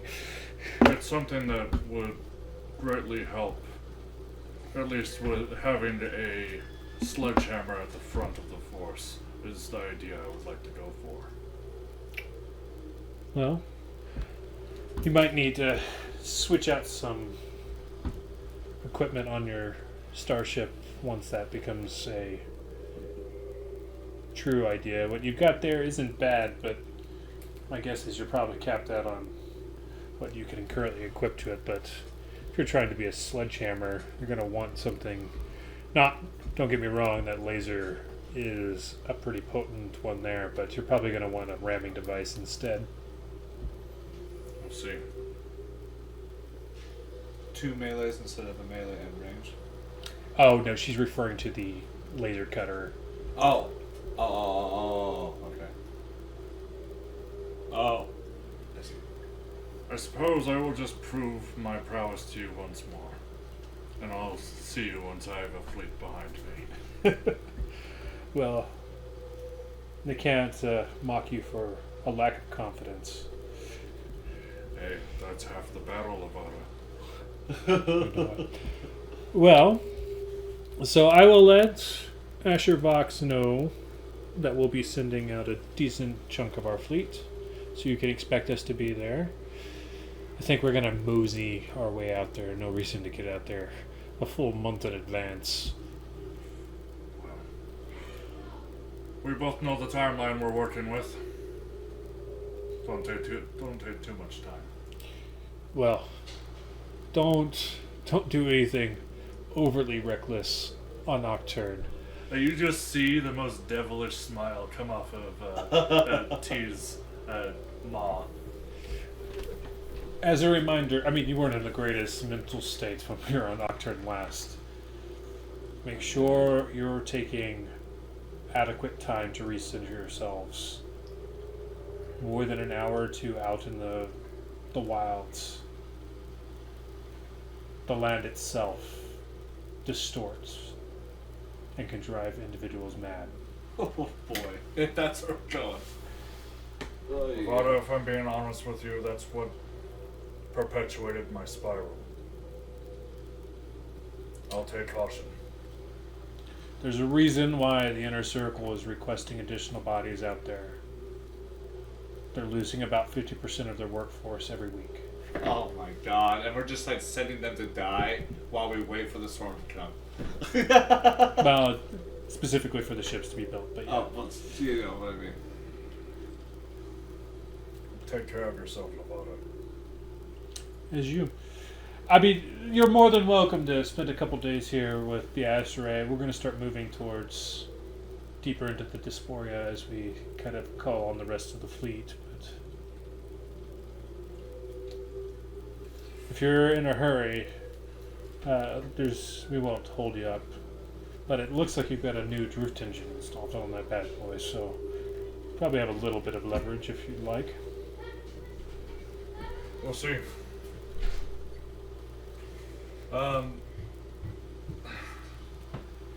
T, without really taking that devilish grin off of his face, will just walk out the door. Perfect. Okay. We'll take... As the whole Revengers just flops up. I was gonna say, we're just like patiently waiting at the door. Like, quickly go to like a casual pose. Okay, guys. We'll take a quick 5-10 minute break, and then we'll pick up with anything else for this evening. Perfect. And then see where you guys want to go from there. Okay. All right, so we'd be picking up right after the conversation with Lavada. T is indisposed at the moment, but is there anything you guys are wanting to do on the ship? It was kind of left that you guys could spend a couple days with the Asteray if you'd like. Or you guys could, I mean, technically you have anything at your disposal. You were kind of given the timeline of in the next week, you need to be able to show up at Aucturn to continue pursuing that deal.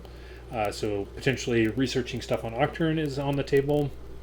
Can we have had a conversation while they were talking?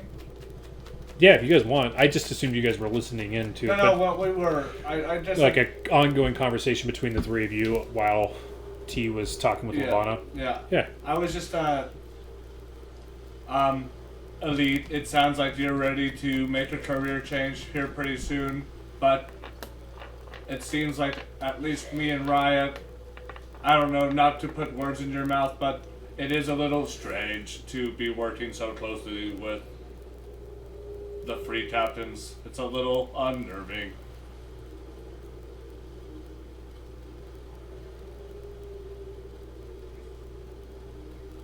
Yeah, I don't know much about him, honestly. I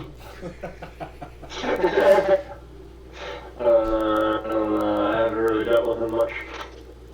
But I kind of like his style, like a lie. Yes, well, you are very... I mostly go where the money is, so... Which is not bad. I commend you for it. You gotta get a buck somehow. I'm just saying... Surely there's more to life than just money. Maybe. I haven't done much else yet. I agree with you, Raya. It's,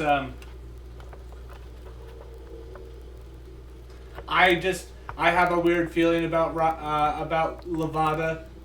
I'm not saying she is going to betray us, but I wonder if she was 100% honest with exactly what happened on the ship, or if she's still trying to protect him from the past. Because T is getting a little aggressive. I mean, it could be something a little bit of both. I'm just Surely worried. she would warp it. Yeah. to whatever she needs it to be. I'm just curious, I guess, because... Are you nervous at all that T might betray us in the end? Not intentionally. It seemed like the money is a huge part of how the free captains operate. I guess I just see a version of T in there where he is not motivated by such things, but he very much is still a free captain.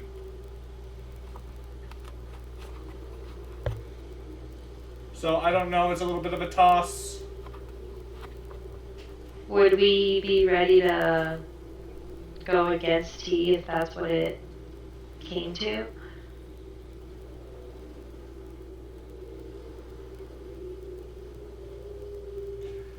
Yes, well, I'm sure what we're discussing is fairly down the road, but if worse comes to worse,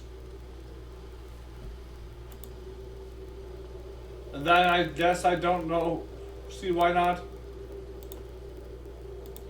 But, not to keep talking about overthrowing the government, but it might be nice to use the free captains to do just that. That might be our only firepower we have in this galaxy. I don't know. It's kind of weird. It's a double-edged sword.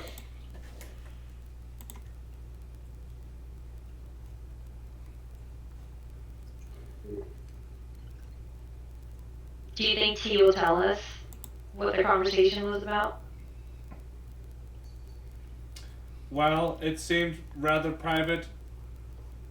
I have been mostly forthcoming in the group, so a part of me anticipates that maybe he will, but I can also not necessarily say fully with confidence that it will happen.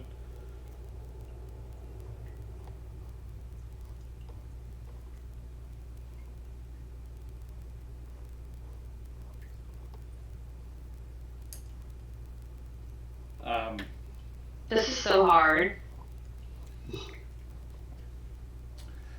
Well, I mean, if you think about it, we kind of technically had this conversation already, but about myself, when I was still dealing with my brother issues, which I'm still very much in the middle of, but I don't think you need to worry that I'm going to be ditching Well, it's you not off you for that I'm worried about. Yeah. I think it's... He was so freely open and ready to give anything up for money. If we're overthrowing one government, we need to be prepared to throw any government in order to protect the people.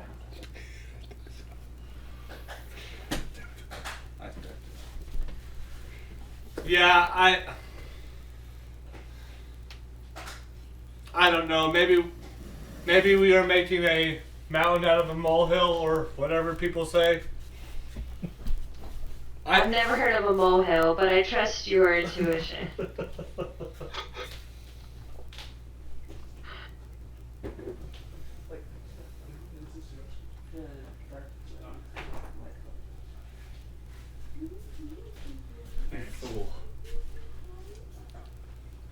Oh shit, I think they're about to finish their conversation. Act natural.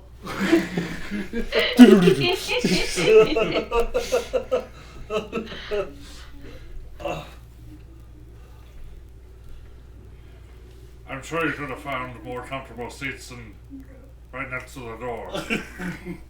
It was Literally across the hallway is like a lounging. It's kind of like that Egyptian like lounge like chair.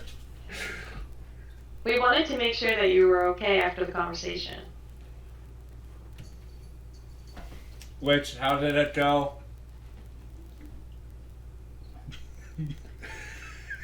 Is it good? Yeah, it went pretty well. Good. Couple of questions answered. Yes. Anything that would be useful on your missions? Well, I mean, there may be times where I'll ask you to refer to me as X. Like the letter? Yeah, we're... And we may potentially have a fleet if we do well in our next mission. Aw.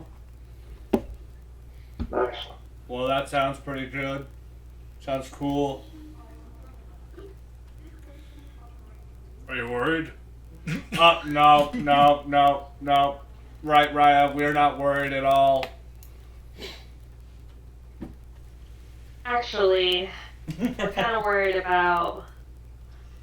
I already forgot her name's intentions. Lavada.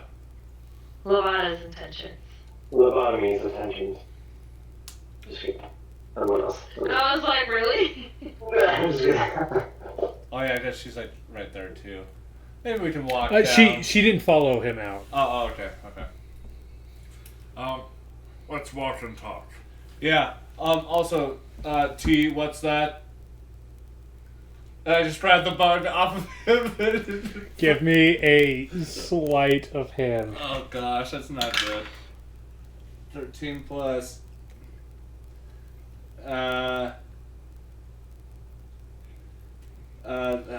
14. Can you just describe how you do it? Yeah, I was going to say, unless T's active, I would say you're able to pull this off, but if T's actively thinking something inconspicuous... Based off of how the conversation has gone, depending on how you describe it. I literally go, what's that? That's a depiction. Actually, it was a couple missions prior to the... I could have reached my head.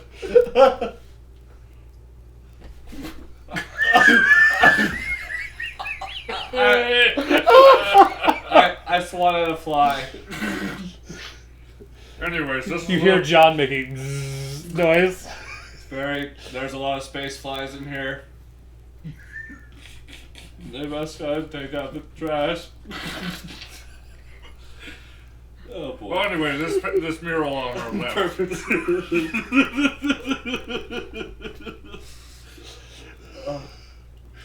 So, here's the thing. Should we still have a week to get there? Should we show up early, or shall we take some time to rest? What do Well- you think? We're going to be heading in the same direction.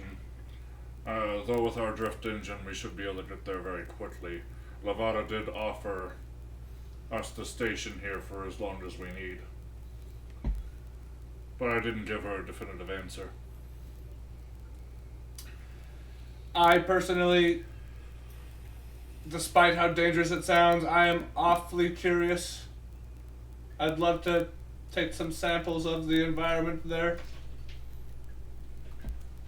As we're walking down, T will describe kind of what he can remember of the previous journey. I have to admit, the last time I was on this planet, the atmosphere messes with your mind. Give me a... Is history one of your guys'? There's It's culture. one of mine. There's physical science as well. I don't know if that... Yeah, physical science or culture would make sense to me. Basically, I'm just trying to get you to recall, or just a straight Could I wisdom do roll. based off of mysticism? This is specifically remembering details of the planet, so... Okay, well then I will just go off of.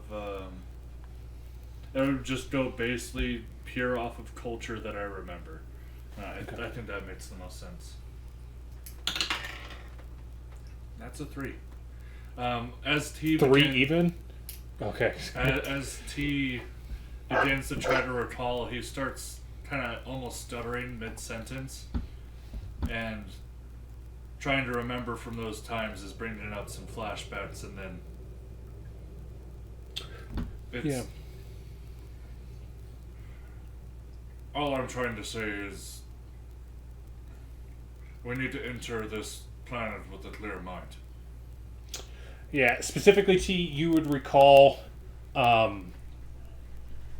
that the gravity's heavier on the planet, so like it's almost stifling because like it's kind of always black and dark because of how far away it is from the sun, because it's basically effectively like the Pluto of the solar system. I see. And would John have a difficult time like walking there since he's a robot, or all of you would have it's meta-wise, it's twice normal gravity. okay. The other thing that you would Super remember dense. is that you and your team all had to activate the filtration systems on your suits because the air was not. It's toxic to breathe. Don't we have things to put on ourselves? Like, that... You guys did have those on... Cashville. Right? Not Castrovel. I'm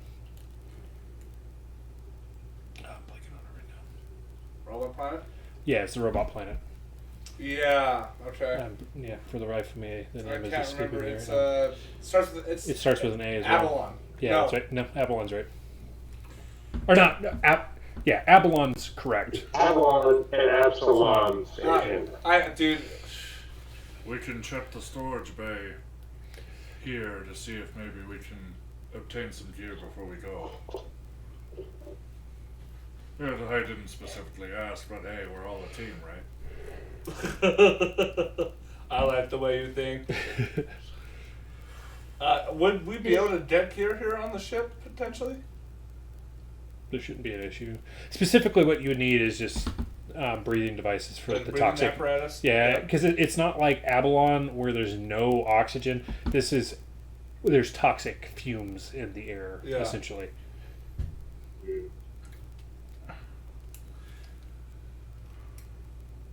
Is there anything else that you can remember before we get in there? The creatures that we'll face are extremely dangerous.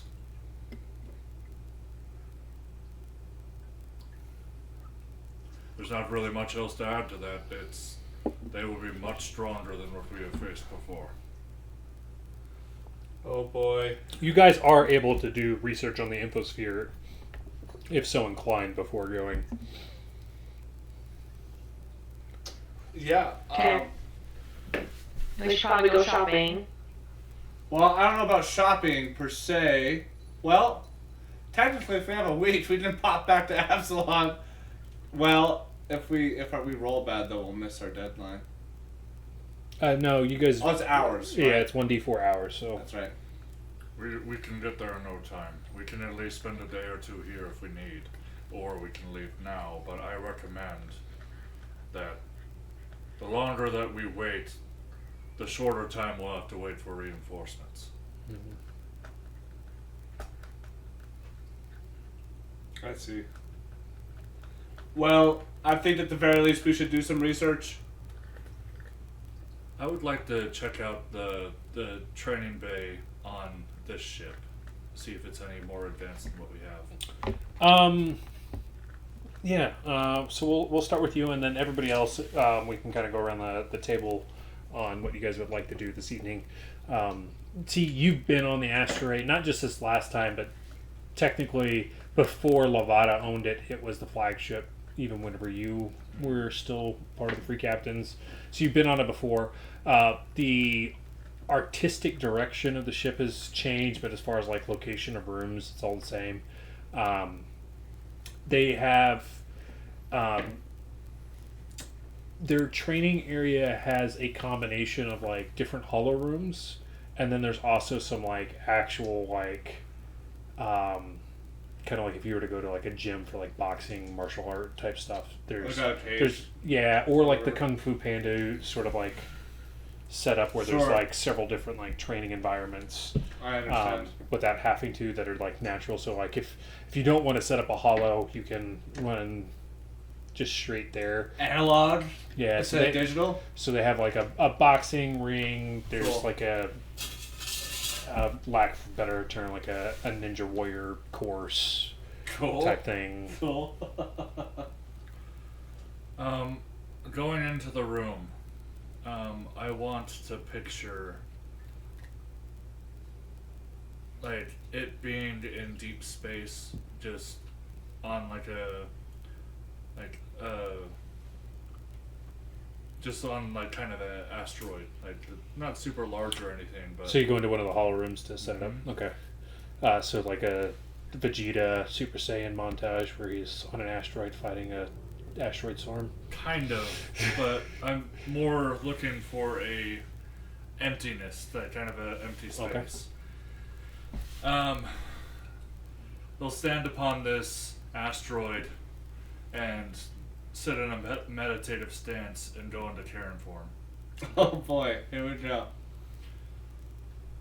And through trying to break through mental barriers, I would like to use a mysticism check, if possible, to detect my inner state of being with magic. Okay. Go ahead and give me that mysticism roll. You're going to look at your metaphysical self in the mirror? Mm-hmm. Cool. Oh my god! Can you do anything to change that outcome? He laughs at himself. Hey,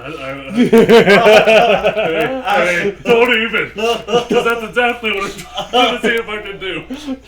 I forgot your Comedic timing. comedic timing, yeah. Yeah. You And can't use it applies? on yourself? No, it has to be bluff, diplomacy, or intimidate. Oh shit. The thought crosses through my mind, and I kind of let out a chuckle, breaking my concentration, giving me a low roll. But that's still a 19. Oh. Oh, it's still a 19? He has No, like a plus. 16. Yeah. Oh, so like it's still. Okay. I was gonna say, short of rolling like a nat 1, I thought he was probably gonna pass, but. Oh, okay. Well, damn. As you kind of get in this meditative state, it's tough. It's kind of like in that sequence, like when Hulk is trying to calm down. Like it's tough to like Have lower awareness the in blood in pressure form. and everything once you're already in the form. But there's sort of like a reflection off of like the asteroid, just the glint of like the nearby star or whatever on this like shiny part of the rock is just enough for you to kind of like get an image of your face, and you know it's not in your actual Karen form face because you've seen that in the mirror before. What you're seeing reminds you of the Vesk Xenophon. It's like the insect. And as you recognize the face, you're starting to piece together that your inner personality may be based off of the free captain that you looked up to when you were younger. He was a legendary captain known for his brutality in combat. Vesk are like the lizard folk. Oh, okay. So like big, like 7 foot tall dude that fights with like a battle axe. Cool. So he's like all strength. So you start to kind of get an inclination that for whatever reason you've latched onto this personality as the basis of your Karen form. Through means of like trying to infuse my Lashunta magic with my mysticism, I want to try to magically try to alter my view of myself. Not asking to do a specific role. The idea here is to like You want to look at yourself with a better light? Yeah, and I guess this is the thing that T thinks about recalling this bit of information to see what X can do while in T form to be more of himself. And I guess this is the thought process his mind of, is this what my journey is? As you're kind of like mulling over how to bring basically the two strengths of your personalities together, you're realizing that the main things that you're taking from Xenophon is he had a tendency to bully opponents into submission. He often won fights without ever actually throwing a punch. And like in naval combats, he was known for the ramming function more than any other tactic. So like he had his vessel basically set up to basically split a vessel in half with a single ram. Oh, that's so cool. His big crowning achievement was getting the stewards to recognize the free captains as having control of the Disporia. So he was a big deal. Mm-hmm. So what you get is part of your confidence is based off of that mentality of like, no matter what, you're going to win. Is sort of that aspect of T is aligned with Xenofate. What you're realizing, really, the big disparity is the actual physical stature is the difference between you and Xenofate and how you approach life as T versus your Karen form. So your Karen form seems to be a compensation for not having the inert brutality that Xenophon had. T stews on this for a minute and sits in empty space for several hours stewing on this. But that's all that he does. Wow. Okay, Elite. You doing anything this evening? I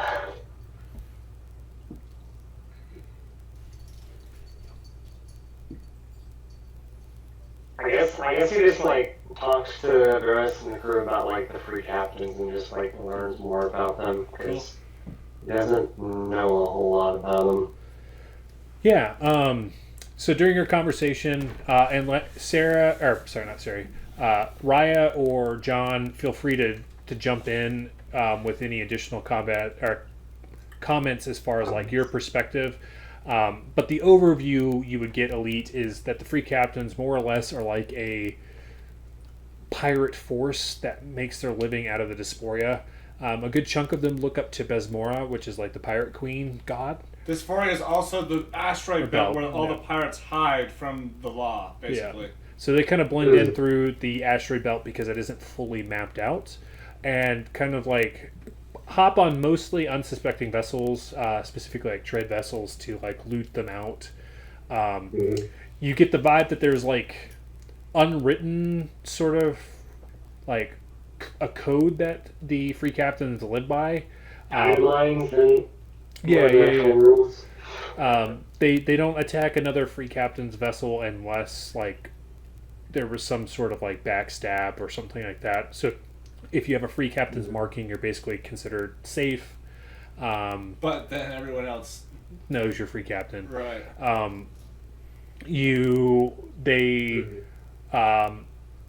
There are some lines they don't cross. So like emergency vehicles and like vessels and those types of things, they'll leave alone.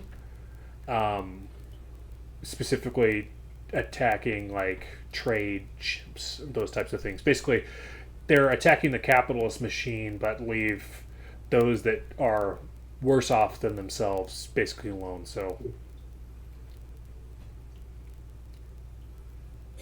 Kind of like Robin Hood. Yeah, but they're definitely more. they're not shadier giving than that. not giving the gold back to the. Yeah. Steal the gold from the rich and then go drink. Yeah. Steal from the rich, put it in your pocket. Yeah. Alright. Nice. And that, I guess he just like cleans his weapons and like armor and whatnot, and just make sure everything's serviceable. Perfect.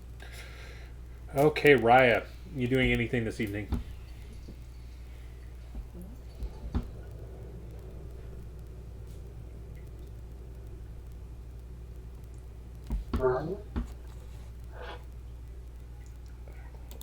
Just kidding. I don't know how to unmute myself. Okay.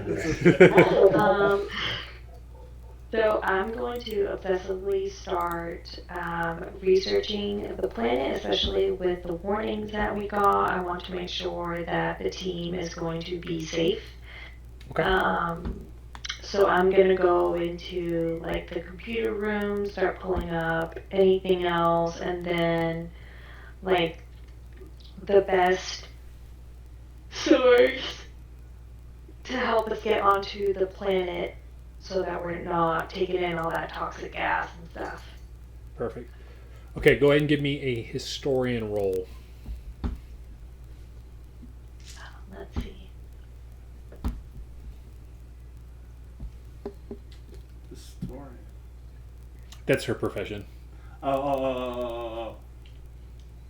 I got a 28. Oh, nice. Damn. Perfect. So DC was 10 for base information, so we'll kind of go some extra details for every 5 over, so you should get a decent chunk of Aucturn. So the base information, Aucturn is commonly referred to as the Stranger. The main settlement on the planet is the Citadel of the Black. Concerningly, its diameter seems to vary over time, so its overall mass seems to fluctuate. It's typically around 2 times normal Earth gravity and 2 times Earth's mass. The atmosphere is toxic. The days vary, so it's not like a standard 24-hour cycle. It varies between like kind of a different range, so it's not consistently any set number of hours for days. 1 year on Aucturn is 500 years for Earth, or Galarian in this case. Oh, so it's like moving real slow. Mm-hmm. It also has one of the largest orbits because it's the furthest out. Right. Wow. Even after centuries of interplanetary travel, not everybody's really sure what to make of Aucturn. Everything seems to fluctuate. Which a lot of people have hypothesized that Aucturn isn't really a planet, but a living thing. Basically, an immense embryo or egg that will someday mature into a near deity being of untold cosmic power. A Goliathan? Whatever you call More of a great old one, essentially spawning out of this planet, sort of thing, dude. is the prevailing theory. Ego? Oh, we're back to level 20. Yeah. Right. It's not a protectorate, or it's a signatory of the Pact Worlds, but it's not necessarily a planet with a representative. Mostly because primarily most creatures don't live on here unless they're like aberration type stuff. It's constantly cloaked in thick poisonous clouds, and because of the sort of prevailing theory of it having potentially a great old one in it, most people avoid it. Damn. That's a wild fact right there.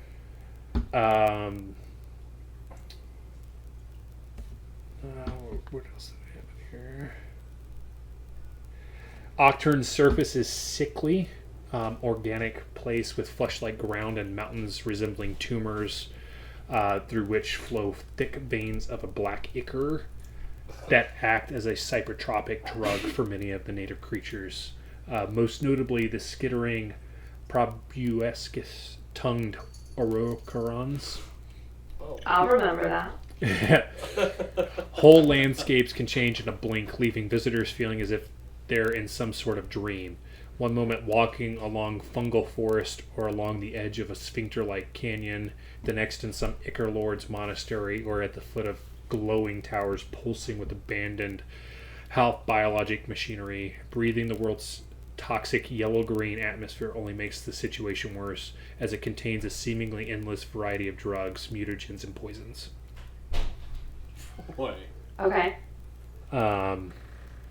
Around Aucturn itself, it's littered with old ships that were sent by inter-system worlds to neutralize the planet during the gap.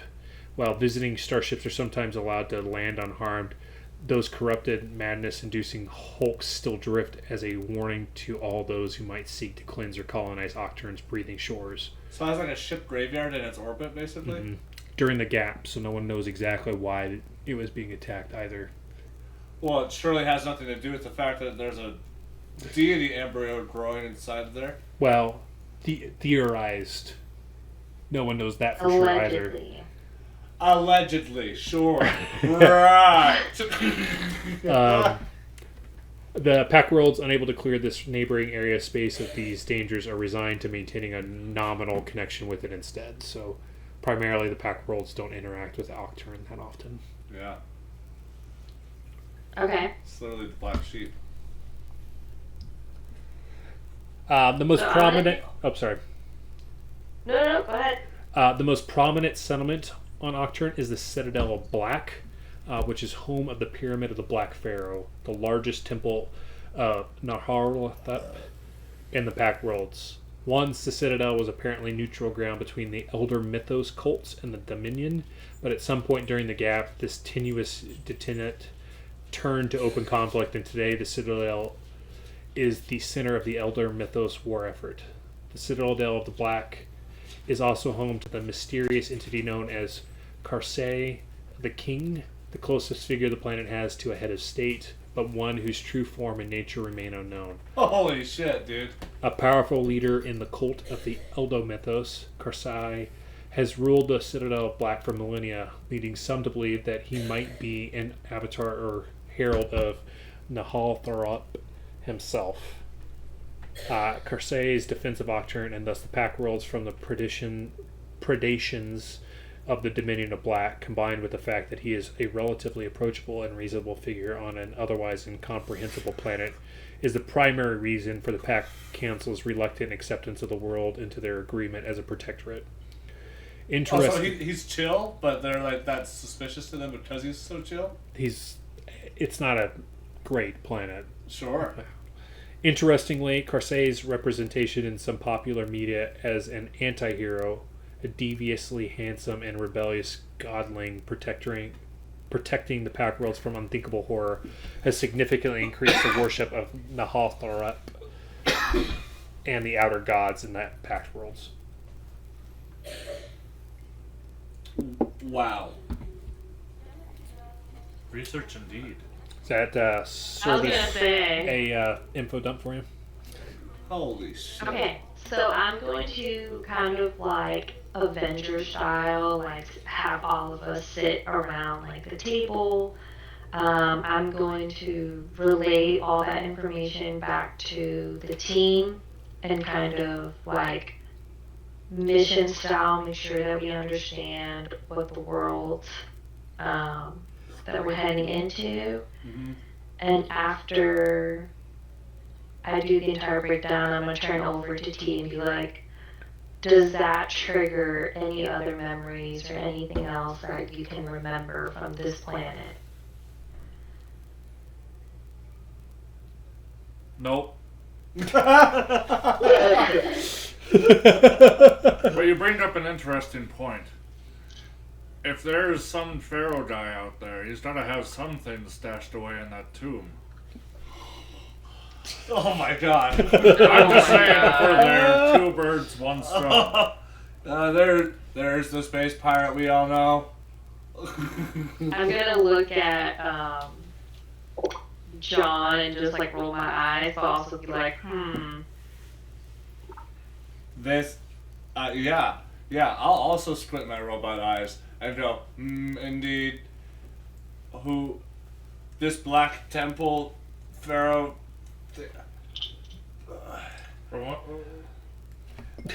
Yeah, you can see that like John is starting to get very nervous that we're going to this planet. But understand this. I mean, from what you made it sound like, the guy sounds pretty reasonable. We might be able to talk our way into getting something.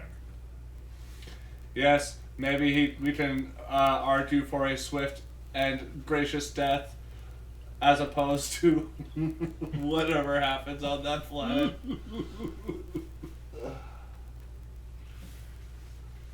I mean, you're not wrong. He could provide some support or help. If he is there as often as we think he is, he might be able to assist us so that we can fight on his turf. This is more along the lines of what I was thinking. There is potential riches, of course.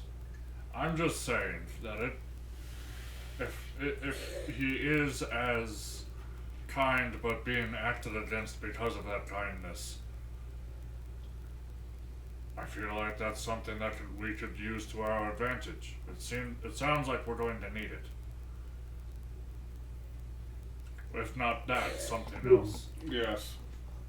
I agree. Just mimic your voice back to you. In that case, I do think that we should go just a day or two earlier, just so that we could track down this guy and see if we can get any input from him, or see if we can get any help that might already be there. I agreed. This sounds potentially dangerous, but I'm awfully curious. But let's be real here. Going onto this planet in general is going to be dangerous. And in order to get the extra fleet, we need to be able to prove ourselves worthy. But when we're traversing on this planet, the terrain changes. The monsters are deadly. The atmosphere is deadly. No matter what we do, we're going to be put in harm's way. I think we get ourselves fortified and make sure that we have somewhere safe to get back to, and then discover the mysteries that could potentially help us in the future. Well, surely they must have some HQ if they're building a fleet of ships there. There must be some bases of security. From what I understand, there is something there now, but they lose 50% of their workforce. That's really good.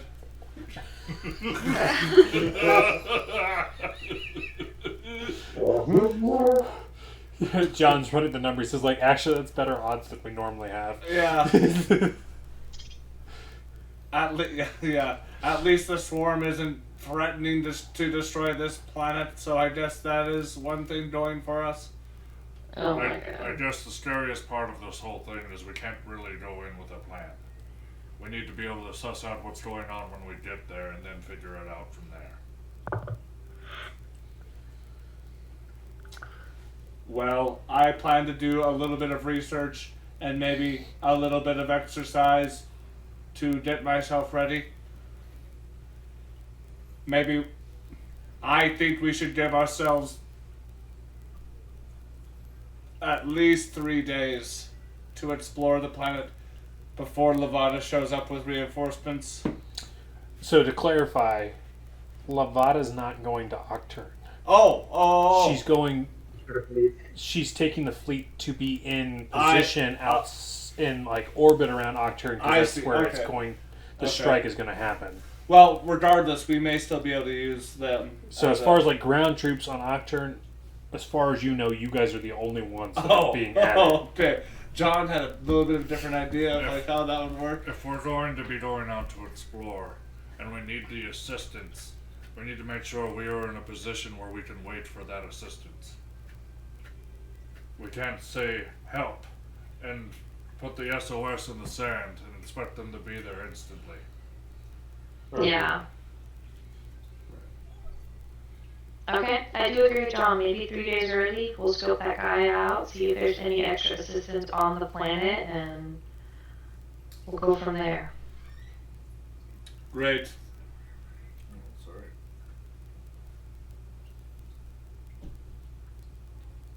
As far as like doing stuff, I did want to try out the obstacle course a handful of times. And then just to see like how, I am proficient with acrobatics and athletics, but that's because of my typical strategy. I'm not usually moving around, so I want to make sure I'm still on my A game. And then I would like to do some research specifically on radium. Okay. In that obstacle course area, are we able to like increase the gravity to match that? In the hollow terminal rooms, you can increase gravity, if so desired. Yeah, I'll try that. I'll do it with some artificial gravity put on to sort of like mimic the sort of environment I'll be dealing with. Okay. On Aucturn. Yeah. For the training, unless you're striving for something specific aside from just flavor, you set it up kind of. They have some hollow projections of Aucturn. You get the vibe even as it starts. Like the gravity seems to be on point, but the way Raya described it in her research, it doesn't seem like the hollow terminal is able to recreate that unsettling, like ever shifting environment. That's fine. I'm mostly going for the gravity for the physical portion of the workout. So you don't know if it's just the hollow terminal or if it's your android body's immune to the sort of mental effects of it. Like meta-wise, I think you are immune to at least some of the atmosphere conditions. Interesting. I was wondering about that. I know you don't need to breathe, so in theory you just would set it to like not no breathe mode. No breathe mode, essentially. Close off your vents. Yeah.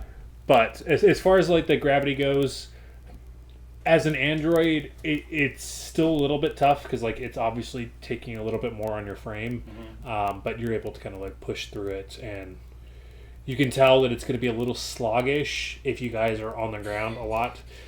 As you're kind of like remembering the actual job you guys have been hired for as like a security detail, you shouldn't be hoofing it across the planet much, but you could tell like if you're going on extended durations across the surface, that you guys are going to probably have to take breaks significantly more often. Okay. I think meta-wise, it basically the amount of distance you can travel in a day is halved. Gotcha. That's okay. And then for my last task, I would like to look into radium. Where I could find it, how it forms, and maybe what it's being used for lately. Because like it wasn't. I know she said they're experimenting it as a new power source, but like. Yeah, because that might be a bargaining chip with these free captains in the future. Okay. Go ahead and give me a physical science. Physical science? Okay, I'll take that.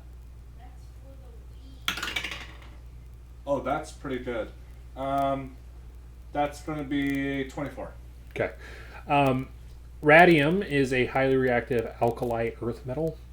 So technically it's in most planets in the solar system, or the Pact Worlds, but it's mostly trace quantities on most of the planeties. Hearing that there seems to be a huge deposit of Lavada is news to you, because Lavada is typically a projectorate in the Pact Worlds as well, because if you remember, it's the Brathus, like the little like blob creature, sort of. They're the only ones that live there, because there's, aside from like a hyper dense core, it's all gas. So it seems that intermixed in this may be clumps of radium, but because of its highly radioactive nature, if you're able to tap into like the nuclear aspect of the energy, think of like using like uranium. Yeah. So it's similar in that sort of aspect as far as like potential as an energy source. Goes a long way. Okay. And with it being a metal, instead of having to like put it into something else, you can like apply it directly as far as like power. So like you don't have to process it much. Mm-hmm. Interesting. Okay. So it's like a universal power source versus... Yeah, similar. So, like, instead of, like, making a uranium battery, radium you could, like, plug straight in, essentially. And it naturally is formed on Lavada? All planets have at least trace elements of it, but Sure. according to what you guys heard from Lavada, it seems that the free captains seem to think there's a high supply of it in Lavada, hidden deep in the gas planet. Is that because of, like, gravity? Is it, like, an intensity sort of thing? As you're thinking about it, that seems like it might be. You know that at the center of Lavada there should be a hyperdense core, so you think that maybe the trace elements in the gaseous vapor of the planets have maybe consolidated into clumps, but you don't know for sure because you've never heard of it up until this point. Yeah, I find this extremely interesting. Okay, well, I think that's it then for me. Okay, we'll kind of keep our loop going. So, T, anything else? This sequence, we'll say, is your guys' you're only wanted to get there 3 days early. You currently have about 7 days to meet your timeline. So that would give you about 4 days with Lavada and the Asteray. Okay. The only thing really of note that I'd like to do, and maybe after this talk I'd like to have with Raya, I would like to practice some of my speech skills, such as like bluff and like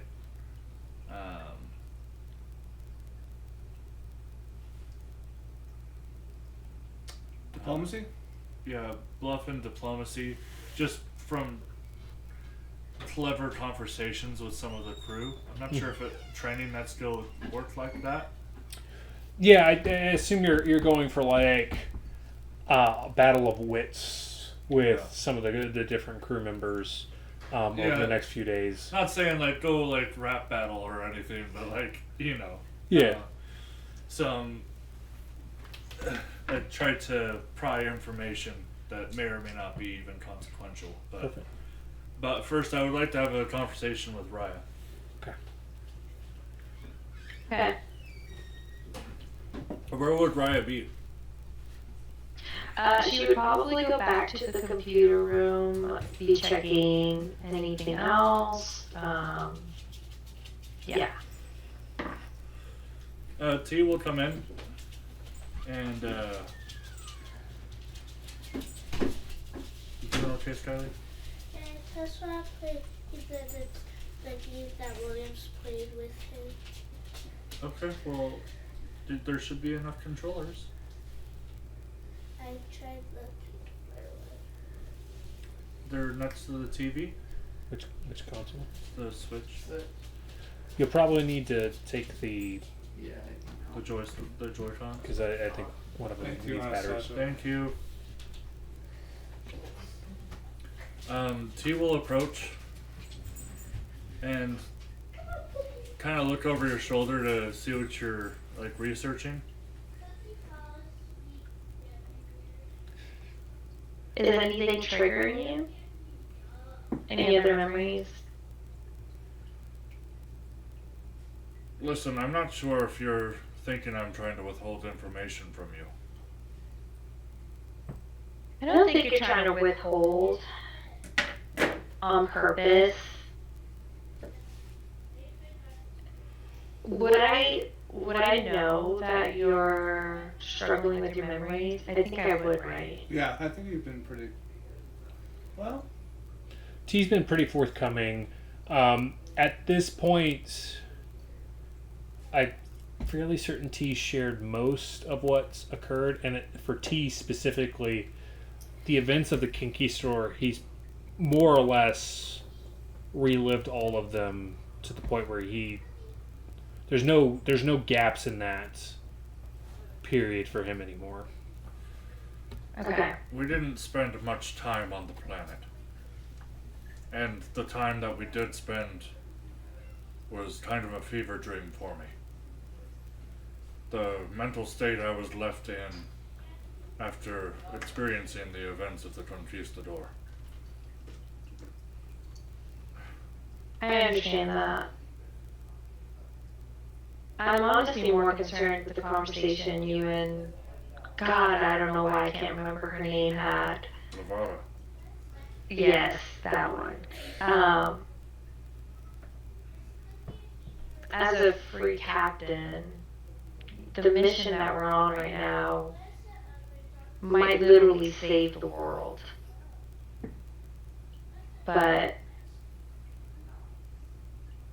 it seems like money is still a factor on whether or not the world gets saved. So this is more of a ethics discussion now. Oh my god! Oh my god! I just need to know how far I can trust you.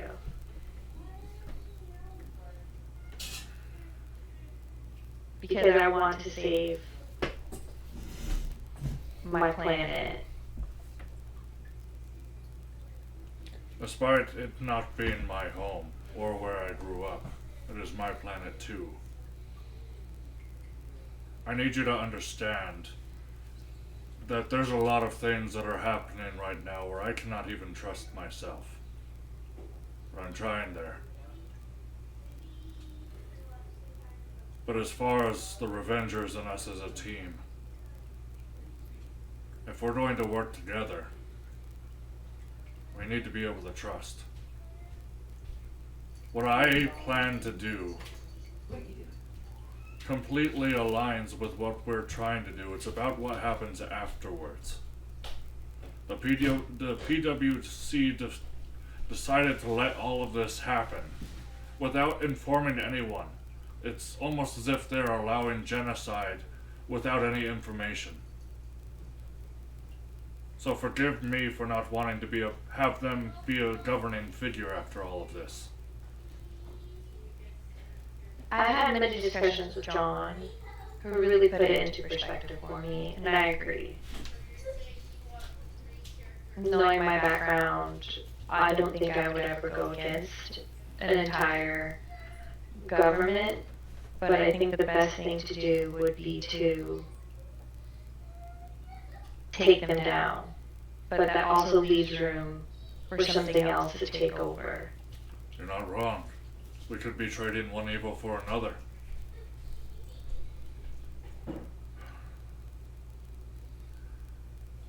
I guess what I'm trying to get at. I am a free captain. I'm a pirate and I've smuggled more money than I could probably ever even consider to think of.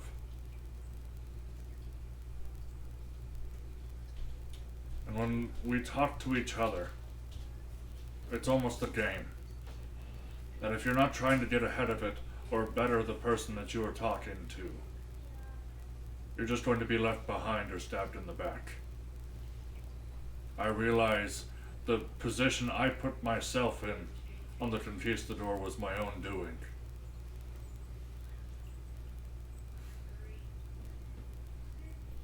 But had that sabbatical not happened, I don't know if I would be alive today.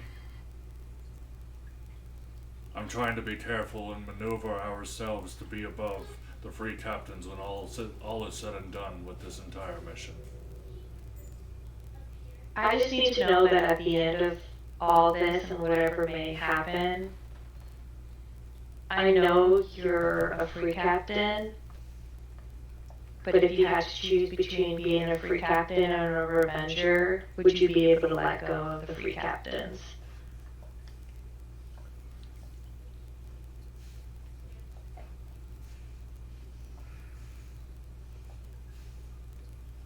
I would like to give you an answer, but I can't give you one with full certainty on either option. The Free Captains is my home planet. But I realize that It's not maybe the right choice. But I've grown to trust the Revengers and everything that we have done and are doing. But I can at least promise you that for the longevity of this mission and while we're still alive, I will have your back.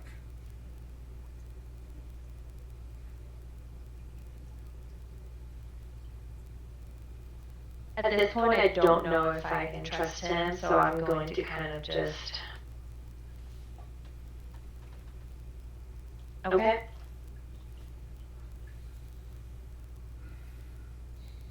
T will just straighten his back, just nod a couple times and just see himself out. Gotcha. You said you were looking at improving. Yeah, I want to see if I can't, like, sharpen or hone my skills with bluff or diplomacy by talking with the crew. Okay, pick one, and then give me a roll for it real quick. Let's go with bluff. Okay. And I'm going to say that the bluff will include that of really just exaggerating the adventures that the Revengers have been on so far. Perfect. Like steel talent, like describing it as like almost kaiju level size, and, like that. I have a inconsequential scar up on my shoulder that was not from that event. You know, was a badge of honor that I wear. Just embellishing a lot. I mean, I know that's going to be high enough. I mean, you can try the reroll, but I have to take it. Wait, hold on. Let me see if I actually have to take it or not. I think. Yeah, you have to take. You know what? Why the hell not? I'm gonna commit of timing. Just we're training anyway. No! I'm sorry, dude. I'm sorry. You should have listened to me. Did you get a nat one? With Yeah. No one believes your stories.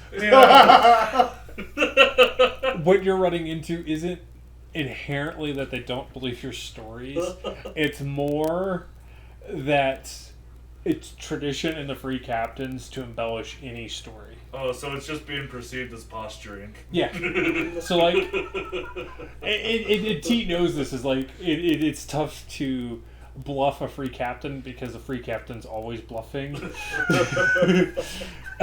It was worth the shot. I had a 20 that I was re-rolling there. Oh, dude, I'm sorry. I didn't realize you had a 20. Yeah, I had plus 10. You should have just taken it. It's so funny. So it's hard. Really, it's hard for you to get any feedback on whether or not it's actually successful because, like, oh yeah. Well, I also felt like fighting a kaiju. Mine was. Yeah, I did it in a way. I did it in a way that was just one-upping, and it just didn't. Yeah. So basically, it's a constant one-upping, a one-upper battle. Yeah. Right. I still buy rounds of drinks, and I'll share a cigar with the one that I have a longer conversation with. But. Okay, Elite. Is there anything for you over the next couple days?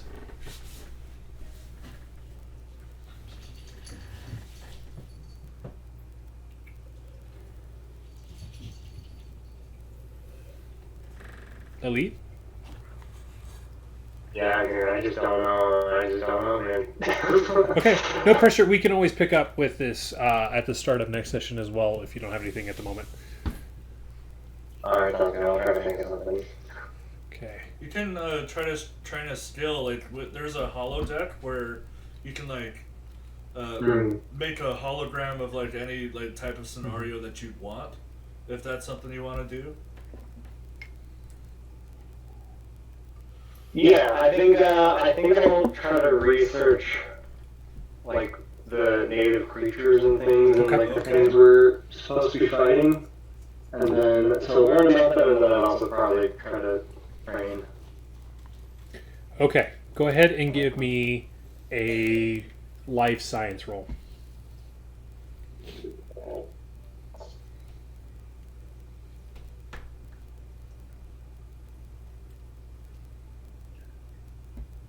That's a 3.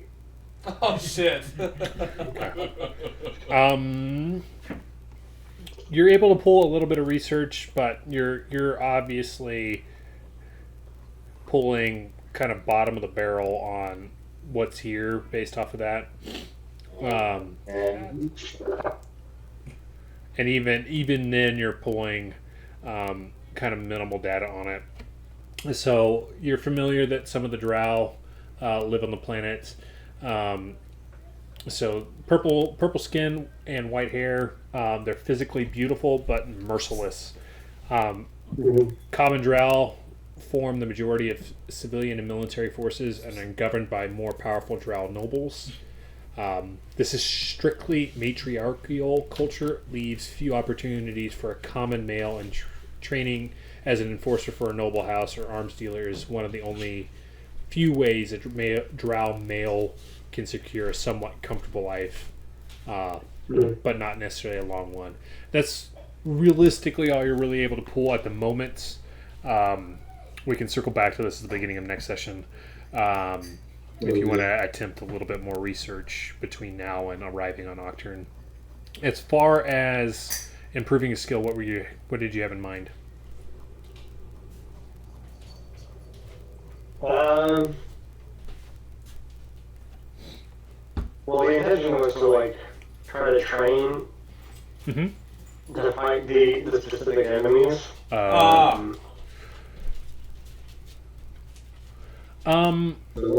What is it going to be specific? So I don't know if there's.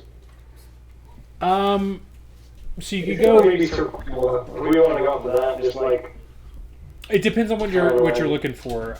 If you're doing skills, I would say the amount of training sessions is a little bit lower. If you're going for a stat score, like an ability score, you would need more training sessions. But obviously that boosts everything if you go that route. Raya specifically has been working on on dex, so strength or dex for combat might be on the options. But you could also go survival if that's appealing to you. It kind of just makes sense to me because we're going to this real hostile planet. Okay. And just kind of learning how to survive there better. Maybe better words. Yeah. Between your research, what Raya's kind of fed you, what you've found on your own, using the holo terminal to kind of recreate the environment and stuff, you're able to do a decent amount of prep leading into your guys' trip to Aucturn. But go ahead and give me the survivor roll to see how successful your prep time goes. That's a lot better. It's 17. Okay, There you go. Perfect.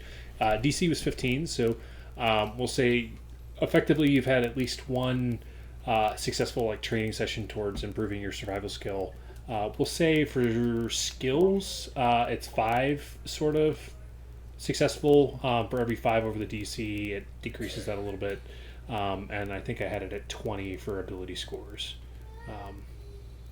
It was either 10 or between 10 and 20. I have it in my notes somewhere. But yeah, if that's it for you, we'll circle over to Raya if she's back from putting the kiddos to bed.